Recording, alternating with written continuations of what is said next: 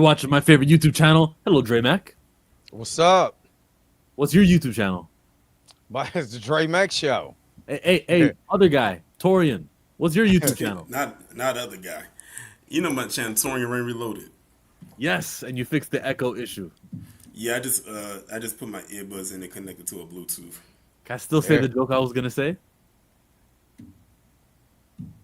You were Torian Rain reverbing. Oh my God. Yo, lots of things to touch on today. Throw tomato. Hold on, wait a minute. It's Pantheon, right? It's PATHEON? Yeah. Okay. All right. I was Yeah. Spread the word. Let everyone know. Andre, I'm Ware sure didn't just need streaming that. this to my channel. Lawrence didn't need that. We're all here. There are a few things to touch on. Scream for all the horror people. We got to talk about Kang, which is what you were talking about in your stream earlier today. And I've always been against race swapping and Not that one though. Not that one. We'll do the Kang race swap. We'll get there. Just because of the history of Rama Tut, yeah. I'm like, nah, we gotta get this. We gotta get this from the past because they already was tripping from the beginning. They retconned it because Rama Tut was actually a different character, and then they retconned it, said it was Kang. So just because they did that, I want them to retcon that brother to be black. Do you want to start with the Kang stuff? Not with Star Wars Visions or not with any of the other stuff? Torian starting with Kang? We can start with Kang. We can. All right. Are you cool about that, Tori? I know you got some tang. I don't know if you want to start with Kang. You crazy.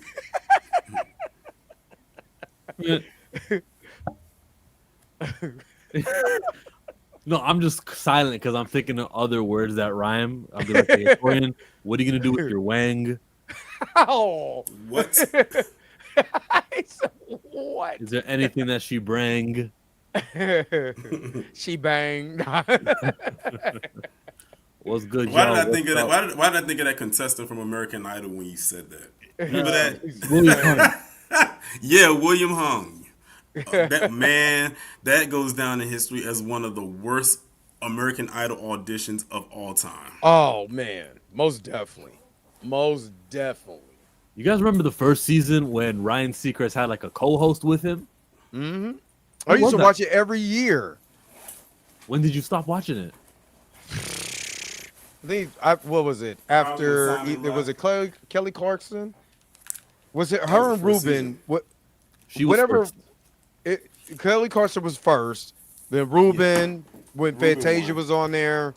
I think the one with Fantasia was probably the best season. Yeah, that's the one where Jennifer Hudson was on there with her. With Jennifer Hudson, she came looking like a baked potato.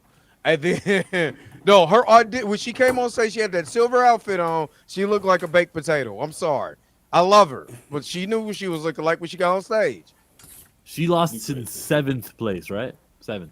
Yeah, but that was the best season because that was competition. That was a controversial one right there because it came down to Jennifer Hudson, Fantasia, and it was some other black girl on there, and people was mad about that. But you know, it all worked itself out in the end because Fantasia went on to go on and have a great career, still has a great career, and Jennifer Hudson, I mean, look at her resume. She had the right agent to put her in the movie. Wait, hold on. How did I forget the name of that movie? Dreamgirls. Dreamgirls. And I still think Dreamgirls is one of the best musicals of all time. Oh, definitely. Period. And she won her Oscar on that. It's a different show now. Yeah, I don't watch. I'd rather watch The anymore. Voice. Oh yeah. I don't watch any of it. They still got Seacrest though. Seacrest the only. Sorry, what you were saying, Torian? Nah, my mother, she watches all those competition shows like The Voice, America's Got Talent, American Idol. Remember they used to have a show on called The X Factor? Yes, I do remember. I actually did like The X Factor a little bit more than American Idol. I think X Factor was like that cousin, that long distance cousin that came to visit and just kind of took over everything. X Factor I did kind of like a little bit once. American Idol for me started to fizzle out as far as my personal viewership. Then X Factor came in, and I was like, "Oh yeah, I'm locked in with this." I see Seacrest on Wheel of Fortune. He's like 50 with the same hairdo. I see him on live. Listen, Ryan Seacrest is gonna always chase a bag. He always gonna get a bag. I'm mad at him. I mean, this man has a hand in almost every form of entertainment you can think of. He was on American Idol. He has his own radio show. I remember back in the day on what used to be UPN. He had his own. It was like a radio show, but it was live. It was like a live radio show where guests would come on and perform. And for those out there who don't know, UPN was a network that had mostly all urban television shows on it, like all the urban sitcoms and everything like that. And then you had WB. And WB was like, that was where you saw all the suburban based kind of shows on there. But then eventually what happened is they merged to make what you now know as the CW. Mm-hmm. Facts. Where you had the Arrowverse on there. You had Supernatural on there. Supernatural was my show. It was a lengthy show as far as how many seasons it had, but it was a damn good show. I think the show came out in 2005 and it got canceled, I think, in 2021. That's a long time for a show. Do you know how many stories you have to creatively keep coming up with to keep that show going like that? Facts. My favorite show, one of my favorite shows was Lost, and they told us that they only had 3 seasons. Things were extended, and it was hard to keep writing. So yeah, whenever they go 10 seasons plus, you know that the writers didn't have 10 seasons in mind, unless you're One Piece. And that thing has been going on for what? How long? Since we were born. No, not all of us. Well, we said Lost. Yeah, Lost was awesome. It was 6 seasons, but they kept. You know what's so crazy? I didn't watch one episode of Lost, but I always heard how good of a show it was. What was great about it was when they cut to commercial break, you're always like 4 commercial breaks every episode. Cliffhanger. What are they gonna do? They kept doing that, and then you watch the commercials. You wouldn't even dare change the channel to see the game or to see something. You would just stick with it because if you missed 10 seconds, you were fearful. Mm-hmm. One Piece started in 90s. And see, that was back in the day. Back then, you had to have caught the show in real time as it was on. Because, see, unlike the streaming era that we are in, where you can miss it, but you can always have time to go back and watch it. Back then, it was one of 2 things. You were either, 1, going to catch it in real time, or 2, if you had a VCR, you had to set it to record that episode. Then, of course, you had to fast forward through all the commercials, so you didn't have to sit there and watch a whole hour of a show. So it basically cut the time down. So instead of watching like 60 minutes of a show, you were probably watching maybe 45 minutes. They got the same writer who did that show Lost now to do Lanterns, so that's going to be something I'm interested in seeing. Cool. Okay. We brought up radio shows and what's his face. Let's just skip to the Breakfast Club, who to ask Jeremy Renner yesterday, or a week ago, about Jonathan Majors. He says, I don't know much about that situation. He deserves to get his job back. Jeremy Renner knew the follow-up question from Charlemagne was, what about your issues? And he handled that one well. I watched, what's that guy named Armin from Comic Book Cast on YouTube say, well, this is the worst, and he should keep his mouth shut. He doesn't know. And his whole comment section lit him up saying, I actually agree with Jeremy Renner. Jonathan Majors should still be Kang. So I think we're all 3-way in agreement that Majors as Kang, he gets his job back, gets his career back, and things get to move forward. So for the person, we want it. All of us. Yeah. Oh, most definitely. But this is my question, and I've said this multiple times. I was talking to my brother about this before the stream. 1, why is Jeremy Renner on the Breakfast Club? That's question number 1. Just let's be honest. What does Jeremy Renner have to do with the Breakfast Club? He's on promotion. He's promoting that on his show, Mayor Kingstown. But on the Breakfast Club, where a majority of his audience is not at. But still such hold up, I'm gonna put the tinfoil hat on. But who also helps co-produce with Jonathan Majors on certain projects is Charlemagne. Yeah. So now you're bringing somebody in from Marvel. Marvel agrees, or it was just not Marvel, but Jeremy Renner agrees to go on set Breakfast Club, knowing questions might come up about a former employee to gauge what the audience thinks about said employee. So what I believe is this was all to see, hey, what is the heat on Jonathan right now? Is people going to be so tripping about Jonathan, or are people going to be saying, you know what? We really want Kane the Conqueror. We want Jonathan to get his job back. We would like to see Kane the Conqueror and Robert Downey Jr. is doomed. They're engaging no different than Damson taking those photo ops at Vogue. All it is to let's get engagement. What is the people saying? What they say about how many how many points are you up? You know what I mean? Let's get these points up. That's what I'm looking at when it comes to this. Someone just said that Mayor of Kingstown is a fantastic show. Mayor of Kingstown is a black show. I know a lot of people who watch that. I don't watch it, but I know a lot of people who do watch it. But it's not something that you like. Yeah, that's something that Jeremy Renner will be on. The Breakfast Club. The Breakfast Club has had people on there before that I never thought would actually. Well, Candace Owens be being on there, but I know that's where you was going. I knew that's where you was gonna go to. Actually, it wasn't. But you brought her up. But oh my God, don't get me started on that woman. Yeah, but I'm having a good day so far. The audience is so large. They got like millions of listeners on podcasts, the YouTube audience, and then the actual radio show on that morning, people listening to it. And I think they air on BET, don't they? So they've got so many different. What you talking about? The Breakfast Club? Breakfast Club. That when you have that many people, even if it's not, and it is not a black show. I literally just looked at the cast. Even though it's a white show, you can mostly white show. You can still find an audience there in the Breakfast Club because they have such a large audience. At least some people will watch Mayor of Kingstown. Yeah, and I'm not saying that that's not out of the realm of possibility, right? To bring him in, people like the mayor, of Kingstown. Charlemagne might like the show. Hey, let's bring Jeremy Renner on. But you will ask a particular question that has to do with a particular person that you work with. To me, I said this. There's no coincidence when it comes to Hollywood. When it comes to Hollywood questions, when it comes to certain things, it's no coincidence. There's always something that goes with that. Now, I could be, Stretch Armstrong, and of course, it's okay. I've been doing that. I'm always Stretch Armstrong, but I don't think there's no coincidence. Nope. It was on purpose. Good. We got the outcome that we would most like to hear. And like I said again, I want him to get his job. I want him to prosper. What I don't do is say that he's good representation. Jonathan Majors playing. I'm not Kang. saying he's good representation. Representation. Period.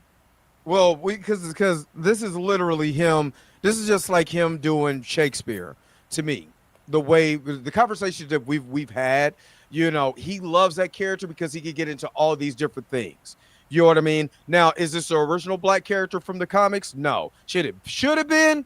With Ramatut, yes, it should have been, because Ramatut in that era would have been blackety black, crispy black. You know what I mean? Crispy black. So yeah.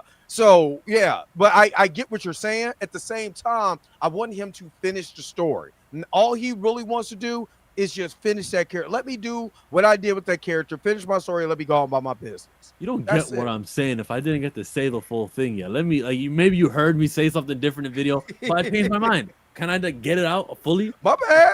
But just to address what you said, because I was listening, Ramatut, he's not like promised to us, like we don't know that that's the new Kang that they're gonna get focused on Ramatut. So we got to justify it by casting somebody like Jonathan Majors of his Nubian hue. Not Nubian hue. I never heard it. That's the first I've ever heard that before. If I hear it from anybody else, I'm gonna assume they were lurking in this chat. Yeah, and they heard it from you. The blackety black, so to speak. I think that if you're gonna go the Ramatut route, I can see how you guys, the studio, could predict that this is gonna cause trouble. Gotta hire the black actor, but that's not what's happening. We've only seen him as He Who Remains. We've seen him as what was the last one? Let's see. He Exalted, remains Kang, Victor Timely, the Forbidden One. Scarlet Centurion, Immortus, Ramatut. and Ramatut. But who was the main one in Quantumania? That guy. That's That was the Kane. That was Kane Kang. the Conqueror. Yeah, that was the exiled one. Exiled one. So like they didn't do Ramatut yet, so that's why I think that's I mean, they weak. did Ramatut at the end. I mean, you saw him in the post credit scene. Yeah, see him in the post credit scene with the Pharaoh.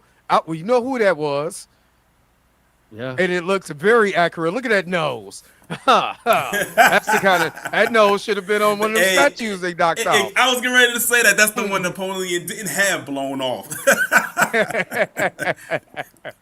I was talking to someone in real life, and he was like, "Nah, bro, that's a myth. It's just it didn't stand the test of time. You know, that's all that." So was. why I was about to say, so why didn't the other features fall off during the test of time? Yeah, Utterly right. Noah, what's Heard up? about. Shout out to You still shout got to some of Utterly them out Noah there in the trying to house. say that you still got some of them still trying to say that the pyramids landed here from space, like Martians planted those pyramids there. I mean, I'm a Martian, so you know. Okay, so.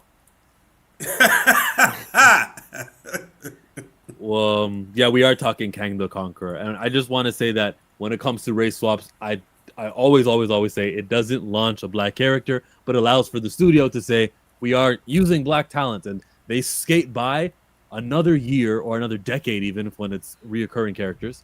They skate by without introducing mainstream with their resources, because there's not many Oprahs and Brian Allens out there who can with Hollywood Robert S. resources Smiths. You got Tyler Perry? and Tyler Perry's, but with their Tyler Perry budgets are not that high. But the budgets that Hollywood is willing to give, they're gonna spend it, and they're wasting those resources if they're not launching, elevating black characters. If they're just like, well, if we just make this white guy black for this iteration, we get to satisfy people. And look, they're all gonna fight amongst themselves about race swaps, and I hate it. I think it's a psychic mind trick. And then it's like a thing of, I call it the oh well we tried effect. Like they'll do something with a black character one time as a test run, and if it don't work, they say, oh well we tried. But if it's say a white character, they can mess up 100 times and still go back into the drawing board and saying, what did we do wrong these 100 times so we don't mess up 101st time? Bingo. Full agreement here. I mean, I'm trying to think of an example of, even though he's not Caucasian, look at how many opportunities and chances that M. Night shit on everything has received over the years. How many flops and WTFs has this man put out over the years, and he still manages to keep a job. I'm like, every time I said Hollywood should have been done with him after he came out with that trash Last Avatar. Airbender. Yes, Mhm. that should have been the cap on his entire career. At that point, I didn't care what else he did before that. That was great. But that right there was absolutely atrocious. Let me tell you something. To prepare for watching that movie, I had never seen one episode of The Last Airbender on Nickelodeon up until that point. I decided, and I said it's amazing how the universes align, because they decided that Nickelodeon was going to marathon every episode leading up to the release of the movie. So I literally spent 2 weeks watching nothing but Nickelodeon, like one behind the other. I think they ran the episodes from like 8 in the morning to like 11 at night.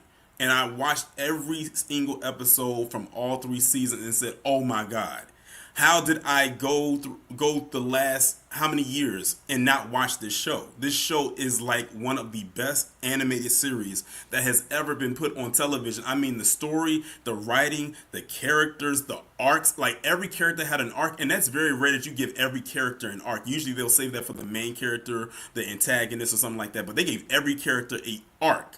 And I go in and I watch this trash movie.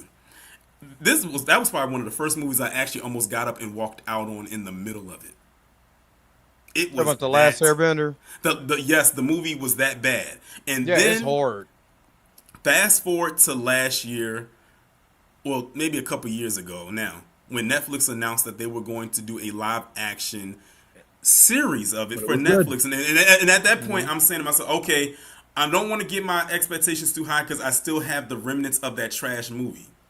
Let me tell you something. Netflix knocked it out of the park. They knocked that first season out of the park, and I was so glad to find out that they got renewed for season 2 and 3 because that means now they can complete. Because that means that they can finish the story because it's only 3 seasons. They don't need to go beyond 3. So I'm glad that that's happening. I can't wait to see what they're gonna bring. Like Netflix, I'm gonna just leave it right there. I already said what I gotta say. All right, air, water, fire, earth. Which one do you choose? As far as Air. That's easy. I Air. I would I'll be an actually airbender. I would actually be an earthbender, mainly because of the way when Toph was able to metal bend, I said, "Oh, I'm locked No, in." now I ain't gonna lie. When she was able to metal, and one thing that I did like is that all of the main characters had another side ability within their main ability. As you know, Yeah. Toph, she was an earthbender, but then we found out that she could bend metal, and we know metal is a part of earth. But when I don't need metal if I Katara, can turn my water to ice. but you know what? But you know what? I'll give you that because guess what? When we found out what Katara's special ability, when she was able to blood bend, when she was able to blood bend. And then he was he crazy. Hey, listen, Sokka did what he could with that boomerang. Sokka was my boy. He did what he could with that boomerang, and then he ended up with what's her name? What was her name? One of the Kyoshi warriors. The Kyoshi. Yeah, Suki. Yep. Yep. Yep. And I like that they didn't make him. I'm glad that they didn't make him like Brock from Pokemon. I know Brock was like a simp. He was always chasing behind somebody. Suki actually But it's Nurse Sokka. Jenny though. It's Nurse Jenny. There's every town has a bad Nurse Jenny. I gotta get one of them, and I'm not mad at them. I don't mean to correct you and be that nerd, but it was Officer Jenny and Nurse Joy. And you Yeah, just Nurse did it. Joy. Yeah. Oh yeah, right. Yeah. Oh, it was. Yeah. I'm tripping. Every time he saw either one of them, he would start blushing. It didn't matter. Nurse Joy, Officer Joy, he's trying to get on. That's the only time. That's the only time Brock. Listen, that was probably the only time Brock got wide-eyed. Yeah, Brock was like it was on sight. Yup. Yeah. It was all sight. And he had a little hue to him, so I already knew. He was like, hey, Joy, come here real quick. I remember. Yo, Do y'all remember when jump remember when they came out with the Pokemon first movie and they and it was the little, I think it was a Dragonite had came and dropped off the little hologram and it was a message and Nurse Joy was the one giving the message and Brock was the one saying, he said, "Hey, does this have a rewind button?" when the message was over. Yo, I gotta give him props. They made my boy.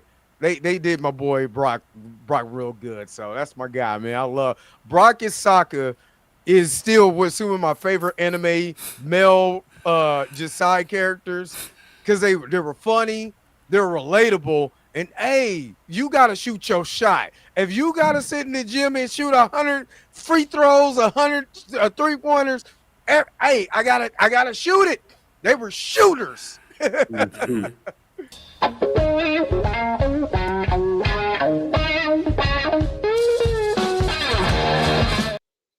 The super chat comes from I'm Too Fly. He says, I feel Netflix Avatar was rough. Acting was too stiff. Katara had a bad actress. A poor actress, a lower than average actress. That could be due to age. That could be due to because they tried to cast quote unquote accurately. Maybe there weren't many options. That was the issue I had with the movie. I mean, you want to talk about something that was rough. That was terrible. I mean, the casting was bad. The acting was bad. The camera angles. I don't know what M. Night was doing with these close-up shots. And then they tried to make the movie 3D. Even that was bad. I'm like, and that was at the time when 3D was like on the rise of them doing a lot of movies in 3D. because I think that was coming off of the success of Avatar and how great the 3D was in that. I said Avatar, in my opinion, is the only movie I will pay for in 3D. I don't think I will sit in any other movie that has a 3-dimensional feature there unless it's Avatar, because James Cameron knows how to do 3D correctly with that. M. Night Shyamalan doesn't know how to pronounce Aang's name correctly. What in the what? I almost walked out on that alone. I was like, wait a minute. I did not spend 2 weeks watching this show to hear them call this kid Aang every episode for me to go into this theater and watch them call him Ong. And then I forgot, I think they had interviewed him and asked him why did he change the pronunciation of the name. And he said some dumb crap. And I said, get this man out of here. You don't just switch up like that. His name is Shyamalan. You know he gets that mispronounced all the time. So if someone was going to be like, hey, we got to get names right. That's why I call him M. Night Shit on everything. That should be his name. Yeah. I about to say, I think Blue call him M. Night Shyamalan. One of them is either Blue or Rashad or M. Night Shyamalan. Yeah, but how this man keeps a job? Like whenever I see a movie preview or a trailer and it says directed by or an M. Night film, I'm like, oh God, I'm not watching it. I'm not watching it. Now, I think the last movie that I watched of his that actually was good was The Visit. I think that was the last good movie I saw from him. Old was terrible. Glass was mid. Split. I didn't like that. Split was actually good. Split was pretty good. I didn't like the first one. What was the first one called? Unbreakable. Unbreakable. I didn't like that. But Split was pretty good though, and that's mainly because, in my opinion, of James McAvoy, his performance was so good, like very good. Split was decent. Soon as my man said they called me Mr. Glass, I was out. I need to hear. They call me Glass, mother. I said, how dare you do Sam Jackson like this? Yeah, I need Sam Jackson to be like, comic books, mother. Do you read them? And that is the next topic here. Today, we're doing comic books, as you saw in the beautiful thumbnail. T'Challa is king again? What the hell did I mean by that? Well, spoiler alert for the latest issue of Imperial. You see that dude in the middle of Torian's avatar there? Yeah. Lead character of this Imperial 4-issue space intergalactic comic book series written by Jonathan Hickman, who is unarguably the top writer in Marvel. Inarguably. Most definitely. They refer to him in this as a king. I think they called Hulk a warlord, and they give everyone a little name. They call him the king. Okay, that's the first thing to look at, right? Putting respect on the man's name.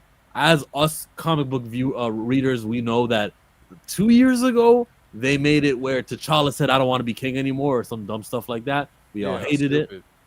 And they kept that until this issue, because Shuri, as she's talking, says, where is it? It says, and expecting that to be done by politicians, well, that requires trusting them to not see themselves as secret little aristocrats themselves. What a perfect dream that is, and upon waking, a total nightmare. So, we have returned to the old ways, and there T'Challa stands, born and raised to be the strong man. A choice had to be made, and my brother made it. This man, I love it. This man is king again. It was undone. I want to say celebration, yeah. But we're not really leveling up. We're more so we're down here. Back to status quo. Yeah, it's a little spark, a little spark. Yeah. So I'll be a little bit happy.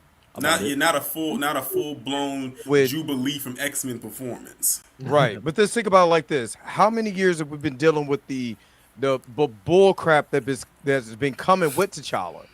You know what I mean? In the comics, no matter who's writing them. I'm not saying Dr. Eve Ewing's run was just horrible, but it didn't get back to status quo, and that's what everybody kept asking about. They was making it more Batman. We was going back in the past. We were looking at his grandfather or great grandfather. We're not dealing with him, and I understood that, Chill, when we were doing the reviews on the comic book. We're not getting back to status quo, and what about him and him being the focus and him being king and dealing with the politics of being king in Wakanda. We're not getting back to that, so it sucks. Stark says it sucks, and I agree that we have to celebrate a black hero getting back to the status he was created under. Antoine says hopefully he'll get more respect in the comics. You know who wasn't editing this? That was editing the e-viewing? Will Moss was not the editor here. Some of the big decisions like status quo changing or status changing, I should say, they're done by the editor. The writer is just working within the limits that they have. So Yeah. this was Jonathan Hickman, but also whoever was editing it wasn't Will Moss. Wasn't going through, you can't do that, he needs to be down. Okay, so the next page, he's talking to his sister. He's on the right, she's on the left. As you know, Quill got there before you did. He's smarter than he looks, and there might be a bit more of his father in there than most think. Also, Nova's going to be a problem for someone. Do what you can, but not directly. Of course so. Dare I ask? Ask whatever you want, Shuri. Listen to this shit. Listen to this. I have publicly named you consul, so you have the right, and as my blood, you have the privilege. Let me tell you about how smart that was. I've publicly named you my counsel, so you can't turn back on it. It's not something privately that happened. You can't reverse this Will Moss in your next comic book. He said he's publicly named you the counsel. Boom. And then the next words are that it's a privilege. You know, you have the right, and as my blood, you have the privilege. So now you're leveling up and you're boosting Shuri so that they can't say that you're not respecting her, so to speak. Like, that's smart on him because he's predicting what they're going to try to use against him to try to reverse it. He knows that the movies right now are using Shuri right now, and she's the focus. And he's like, "Nah, we're not doing that." But I'm gonna say it in the nicest way. It's like when you're at work and you know how they have these BS promotions. Hey, now you're the assistant manager, and your name tag is in bolder letters, and you know you're the assistant manager. Your pay went up by 35 cents. Like, you get it? Like, that's what he was just doing with Shuri. Your assistant manager, Shuri. But basically, don't come in here saying that you're going to be the king or queen next writer, because I've set that in place. Right. And then the next last page that I have to show here on this presentation is when Shuri says that he's expecting me. And he says, well, it's done, my king. Referring to him as my king. You guys are probably focusing on the king part, but he's my king. And that is what I'm talking about. Jonathan Hickman is the man. He is no clown. No clowning around. What I've always loved about Hickman doesn't give a crap about a lot of what the editors are talking about. He's going to do what he do. You know what I mean? So I'm always going to give him respect on that. Number two, you did what you're supposed to do. You know what I mean? You did what you're supposed to do. You didn't beat around the bush. We didn't hear any, I wanted to. Nope. King. That's all we want, king. You know what I mean? So the Black Panther lives.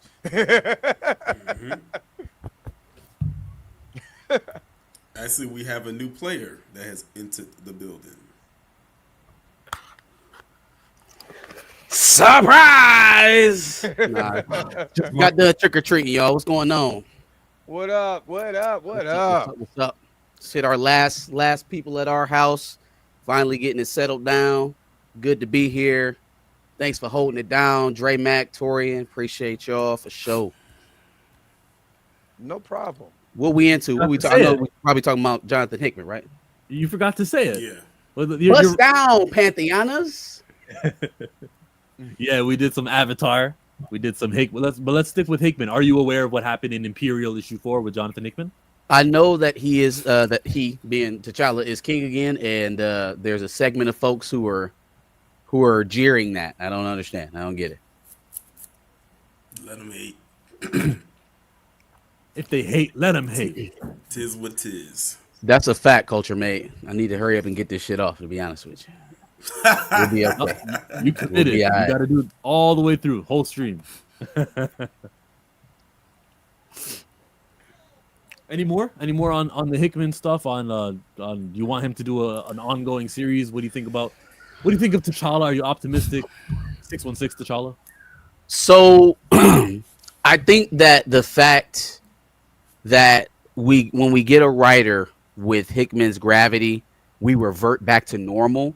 It number one, it gratifies what I already. Oh shit! Try to take me out. It gratifies what I've been saying about that character already. That it's not just it needs to be a male character. It's not just it doesn't work if it's a male protagonist. We show up to Black Panther for T'Challa, right? And if you're a writer worth half your salt, that's understood, and it doesn't really need to be explained to you. Even a writer who had her own viewpoint or her own story arc that she wanted to go with T'Challa still didn't take the particular King route, but still was centering that character as the main focus. We went all the way out of the Crown City, and we still, we still had some sort of resemblance of a T'Challa story. And so for me, that crosses over into any medium. I think if you're going to tell Black Panther stories without T'Challa, you're doing the project a disservice. So shout out to Hickman for reasserting that, for reaffirming that. You know what I'm saying? To normalizing not what we've been seeing from T'Challa over the last couple of runs, but the fact that this is the ruler of Wakanda. It doesn't seem to be a problem with Odin and Thor and Asgard. Like we're cool with their version of heaven being a monarchy.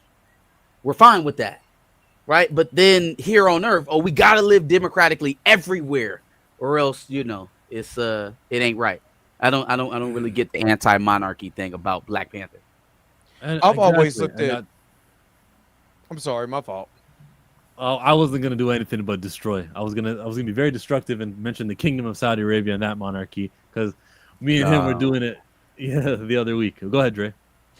My thing was I think the best writing that I've seen when it comes to Black Panther is when you're dealing with the structure of Wakanda under a monarchy and you get into the Game of Thrones type of dealings where Killmonger, let's be real, in Priest and Reginald Huntland's run, they thought that they could take him and Shuri. Hey, I could rule Wakanda better than him, especially in Priest. In Priest run, it was really Killmonger was another Wakandan who was just as smart, just as strong. And said I can rule it better, and actually ruled it.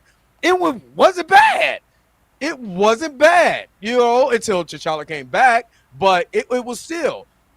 That's what it should have been about. It should have been a kingship, and how this thing is run. Who's trying to take over? Trying to be king. We should be dealing with those type of politics. Like we do with Game of Thrones. You know what I'm saying? Minus the incest. And I still think it's better stories like that. That's just me personally. I think there's better stories when we're singling it out like that. Yeah, it's not just you personally with the incest. No. Oh, definitely. Listen, that's why as bad as that last was. No, it wasn't the last season. I think it was at the end of season 7 of Game of Thrones. We was holding out hope that Jon Snow was not going to sleep with Dany. With his auntie? With his auntie, yep. With Auntie Dragon. Granted, in the show, he didn't know that was his aunt. But when us as the audience knowing and seeing that actually it happened, it was like, damn, John was like one of the last people to not engage in that type of behavior. But here we are, and it's like now the cycle is complete. You know that in real life that his wife was the same girl, Notting Jon Snow, Rose Leslie. Yeah. What is her name? Ygritte. She was a wildling. She was. Yeah, I think that also affected the way I saw it, and I shouldn't, because we should be able to separate actors and characters. But I'm like, nah, bro, you met your true love. I saw it. This is crazy. Was that a Umar? What do you mean? Stop. This is not a Umar. They forced the whole Dany and John thing on us. It was too late in the series for us to take it seriously. Yeah. And then, again, we watched it. We knew the whole time, like, no, that's your aunt, bro. You a Targaryen. You the prince that was promised. It's supposed to be you, not her.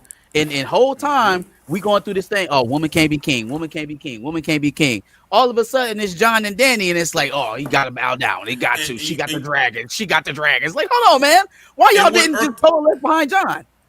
And what irked me even more than that part was the lead up when every week that came on, and it annoyed us that they kept having Danny do this, was her asking John, well, not even asking him, but telling him to bend the knee. And we was like, if you don't shut up about that bending the damn knee. I was about to say, man, he got you soldiers. he got you his legitimacy in the North. Like, he doing you a lot of good. Why don't you just shut up and let him have his stuff? If you don't bend the knee. But that was also, right, a part of the whole, that last season, season 8 of turning her into the Mad Targaryen.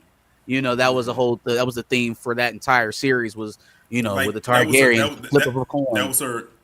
That was the key to her actually doing it. Like, she needed that to happen. But also, I didn't feel like. Unfortunately, he did. Yeah, y'all went 5.5 seasons showing a completely different character, and then tried to convince us that she was crazy the whole time. When she was killing them slavers, and where was that? In not Madripoor. That's a different place. Marine. She was killing them slavers in Marine. She should have killed them slavers in Marine. When she burnt down that house of crazy witches, where all the dead call queens go, or the old call queens after their call dies, she should have burnt that place to the ground. Like, that doesn't make her a tyrant. What made her a tyrant was burning King's Landing to the ground. That was what made her a tyrant. Europe. Burning Europe to the ground makes you bad. But all the other places in the world, it's okay.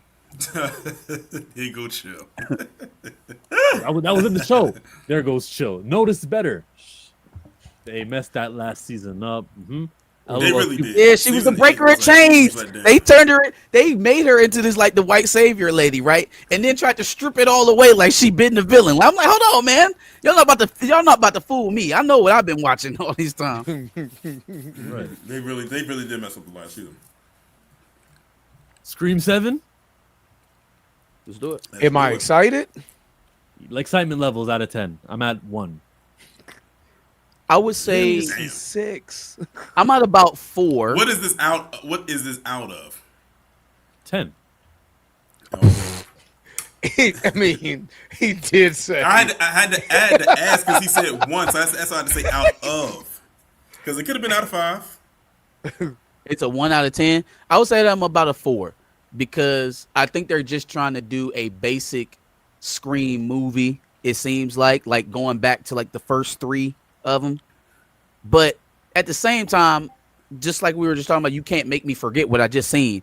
Like, am I supposed to forget the last 3 movies, the last 3 Scream movies? So no Rachel Zegler, no Melissa. What's the other chick's name? Barrera. Yeah. So I'm just supposed to forget how that last movie ended. Not Zegler. What's the girl's name? Jenna Ortega. Ortega. There you go. Ortega. No Jenna Ortega. No Melissa Barrera. That's where the series was going. We're doing the whole Billy Loomis thing. Melissa Barrera got a raw deal, and I remember because I had did a video about that on my channel, and that was something that was completely out of the, I guess you say, the wheelhouse for the type of videos that I do. But I felt compelled to do it as a person who's a fan of the franchise. So for those of y'all who don't know, Melissa Barrera and Jenna Ortega was supposed to be the new Scream I guess you could say Scream Queens, like the Scream Queens, absolutely. And the thing is, when they brought them in, because the thing is, they were trying to phase Sydney out. That was the whole thing. They were phasing the Sydney character out, and they brought them in, and it was kind of a test run when they did Scream because it was made to be like a reboot of the series, and it landed. Like when they brought those 2 characters in, the movie actually did pretty well. It actually landed. The first one was good, yeah. And then they came back and then they did Scream 6, which was out of Woodsboro, but they was in New York this time. And that movie actually did pretty well in the box office as well. What happened is that Melissa Barrera had tweeted something about, was it Israel? Palestine. Yeah, she's pro-Palestine. She spoke out about Palestine, and they got so upset with her about it that she ended up getting fired ahead of them working on the 7th Scream film, which is why Scream 7 is coming out at the time that it is. Because Scream 7, I think, was supposed to come out this year. But Yeah. when they fired their main character, because she was the new lead, when they fired her, and then you have Jenna Ortega leave in solidarity. So Now now your Yep. main lead and your co-lead are gone. they Then on pivoted all top the of way that, back. then on top of that, I said, and I literally said before I had made that video, the worst thing that could happen is that they lose their director. And what happened like a week or so later, their director left. I was like, this movie is now really is now in a free fall. And I said to myself, if y'all saw how Scream 6 ended, that would have been a solid ending. They didn't even have to make a Scream 7. If you see how Scream 6 ended, that was the perfect ending for the entire Scream franchise, if in my honest opinion. You don't And I think, think the reason Torian, that was a cliffhanger? The Scream 6? You don't think that was leading them off to potentially seeing it from the killer's aspect in the next movie? I mean, well, we'll never know now. Yeah, we'll never know. Yeah. And the thing is, I actually started to grow to like both of their characters. I started to like that. Okay, we don't need Sydney anymore. We can gradually move into this new direction with these two main characters, these two leads, because both of them were holding their own, especially in that sixth one. Like, I mean, she was going in. So it would have been interesting to see what direction that would have happened, but now we'll never know. And that's why they had to bring Neve Campbell back into the fold. And Neve Campbell was probably sitting this, and that's why that's why Neve Campbell didn't do the sixth one, because they weren't trying to pay her enough. That's why you didn't see her character at all in the sixth one. You just They was like, her name. Sydney's Like, her sitting this name was- one out. I understand. Yeah, exactly. Because she said, y'all not paying me enough, so like, why bother? But you know what? I'm glad, it kind of worked out, because then we didn't have to focus on her too much, and then focus on the new two main characters. And it worked. Like, they found a way to make it work, and now they have to pivot and bring Neve Campbell back in, and they have to break the bank because they have to pay her more. To This is beyond money. to bring this back in. This is to course correct. This is to, as much as you love those two, Melissa and Jenna's characters, the studio Spyglass loves Israel more. So they're going to do everything they can, nostalgia bomb, everything possible to make sure that, you see, we can still do the Scream thing, and it pays not to be for the Palestinians. So this is a quote from Jenna. The Melissa stuff was happening, and it was all kind of falling apart, she said. It had nothing to do with pay or scheduling, Ortega revealed to the magazine. Ortega dropped out of the film just one day after Spyglass Media fired Brera. While Ortega didn't explicitly mention Palestine, the timing and context of her exit had been widely interpreted as an act of solidarity. I kind of figured that. She's one of the signatories to artists for ceasefire. So what she's not going to do is give you guys a quote that you can point out and say, you see, she's a gangster. She's not going to give you guys that, but we know what it was. And so, yeah, it's deep. And I'm happy that a lot of people are talking about this movie in that light, and why they... Yeah, that's why they said that's why some people said they were going to boycott it because of that. And I said, y'all fired her for that. When I first heard about that, I said, okay, what did she do that was so egregious that you fired your lead character for a franchise that you were revamping for a new generation that was It's not like it was flopping. The movies made money, and then you got to think, when they did Scream, they released it in January. I always call January the dump month, because that's the month where they release movies that don't really make money like that. But I've been finding over the years, some have broken that mold, such as Bad Boys for Life, and then that Scream movie that came out in 2022. And you fired your lead, and I said to myself, what did she do that was so bad that you had to fire her? And when they said what it said, I said, that was your reasoning? You just called it the dump month. Last year, one of them days with Kiki and with SZA happened in January. Another example. Next year, Children of Blood and Bone is supposed to come in January, the movie. Sorry, just call it dump month. Yeah, that's the dump month. Children of Blood and Bone coming out. Did it say 2027? Yeah. Okay, so in 2 years. God damn. January 15th. But yeah, I think though January was used to always be seen as that month where movies that the studios didn't care too much about. They said, "Oh, just release them in January." Look at this. January and February. February's like that too. February, on the other hand, has literally like completely pivoted like to becoming a huge moneymaker month. This is an amazing. Like even the third row, if you got Now, Posted like the Cole- cast alone for this is going to push that movie for sure. yeah, They It's got to very- get it's out very though. stacked. They got to get out because I think one thing that we've learned over the last 4 or 5 years is that when you have lazy leads, or when you have leads that you can't push because of controversies or cases or shit like that, that really harms the the rollout for your film. When your star can't get out there and promote, the guy that's going to be all over the trailers is going to be through 90% of the film. It hurts you when they can't get out and talk to people and interface and stuff like that, especially if it looks like you hiding. That's almost like a smoke signal to the audience, like, okay, something's wrong with this production. Yeah. And people have snipped that kind of stuff out. they also Joe. got to change the title of the movie from "Children of Blood and Bone." That's not PG. It may give the wrong because parents are supposed to bring their kids to this fantasy stuff, right? I just Is it think they going to gotta be a go with- PG movie? This has got to be at least PG-13, right? Yes, it's a At trilogy least. of books called the Legacy of Orisha trilogy. Say the movie is called Orisha #1. It's not too late to change the title of the movie. Oh no, I like it. I like Children of the Blood and Bone. Yeah. You see what I'm It gives saying? it gravitas. It gives it some feel makes, to it. It makes people want to go like see something like that. Like, what's this going to be about with this title? It's like a declaration. It's like you sound like you part of a tribe or something. Am I on Jupiter right now? Children. No, I Blood, hear you. Bone. I hear you. It's a risky title for sure, but I think you take the risk and make people assimilate to your thinking about it instead of assimilating to what everybody already thinks about it now. Because I mean, it if was everybody hasn't seen it, they may prejudge it, watch it later, and be like, "Oh no, this is legit." But if you change the name and that spikes the interest, that may hurt you even more. Watch it later. Go ahead.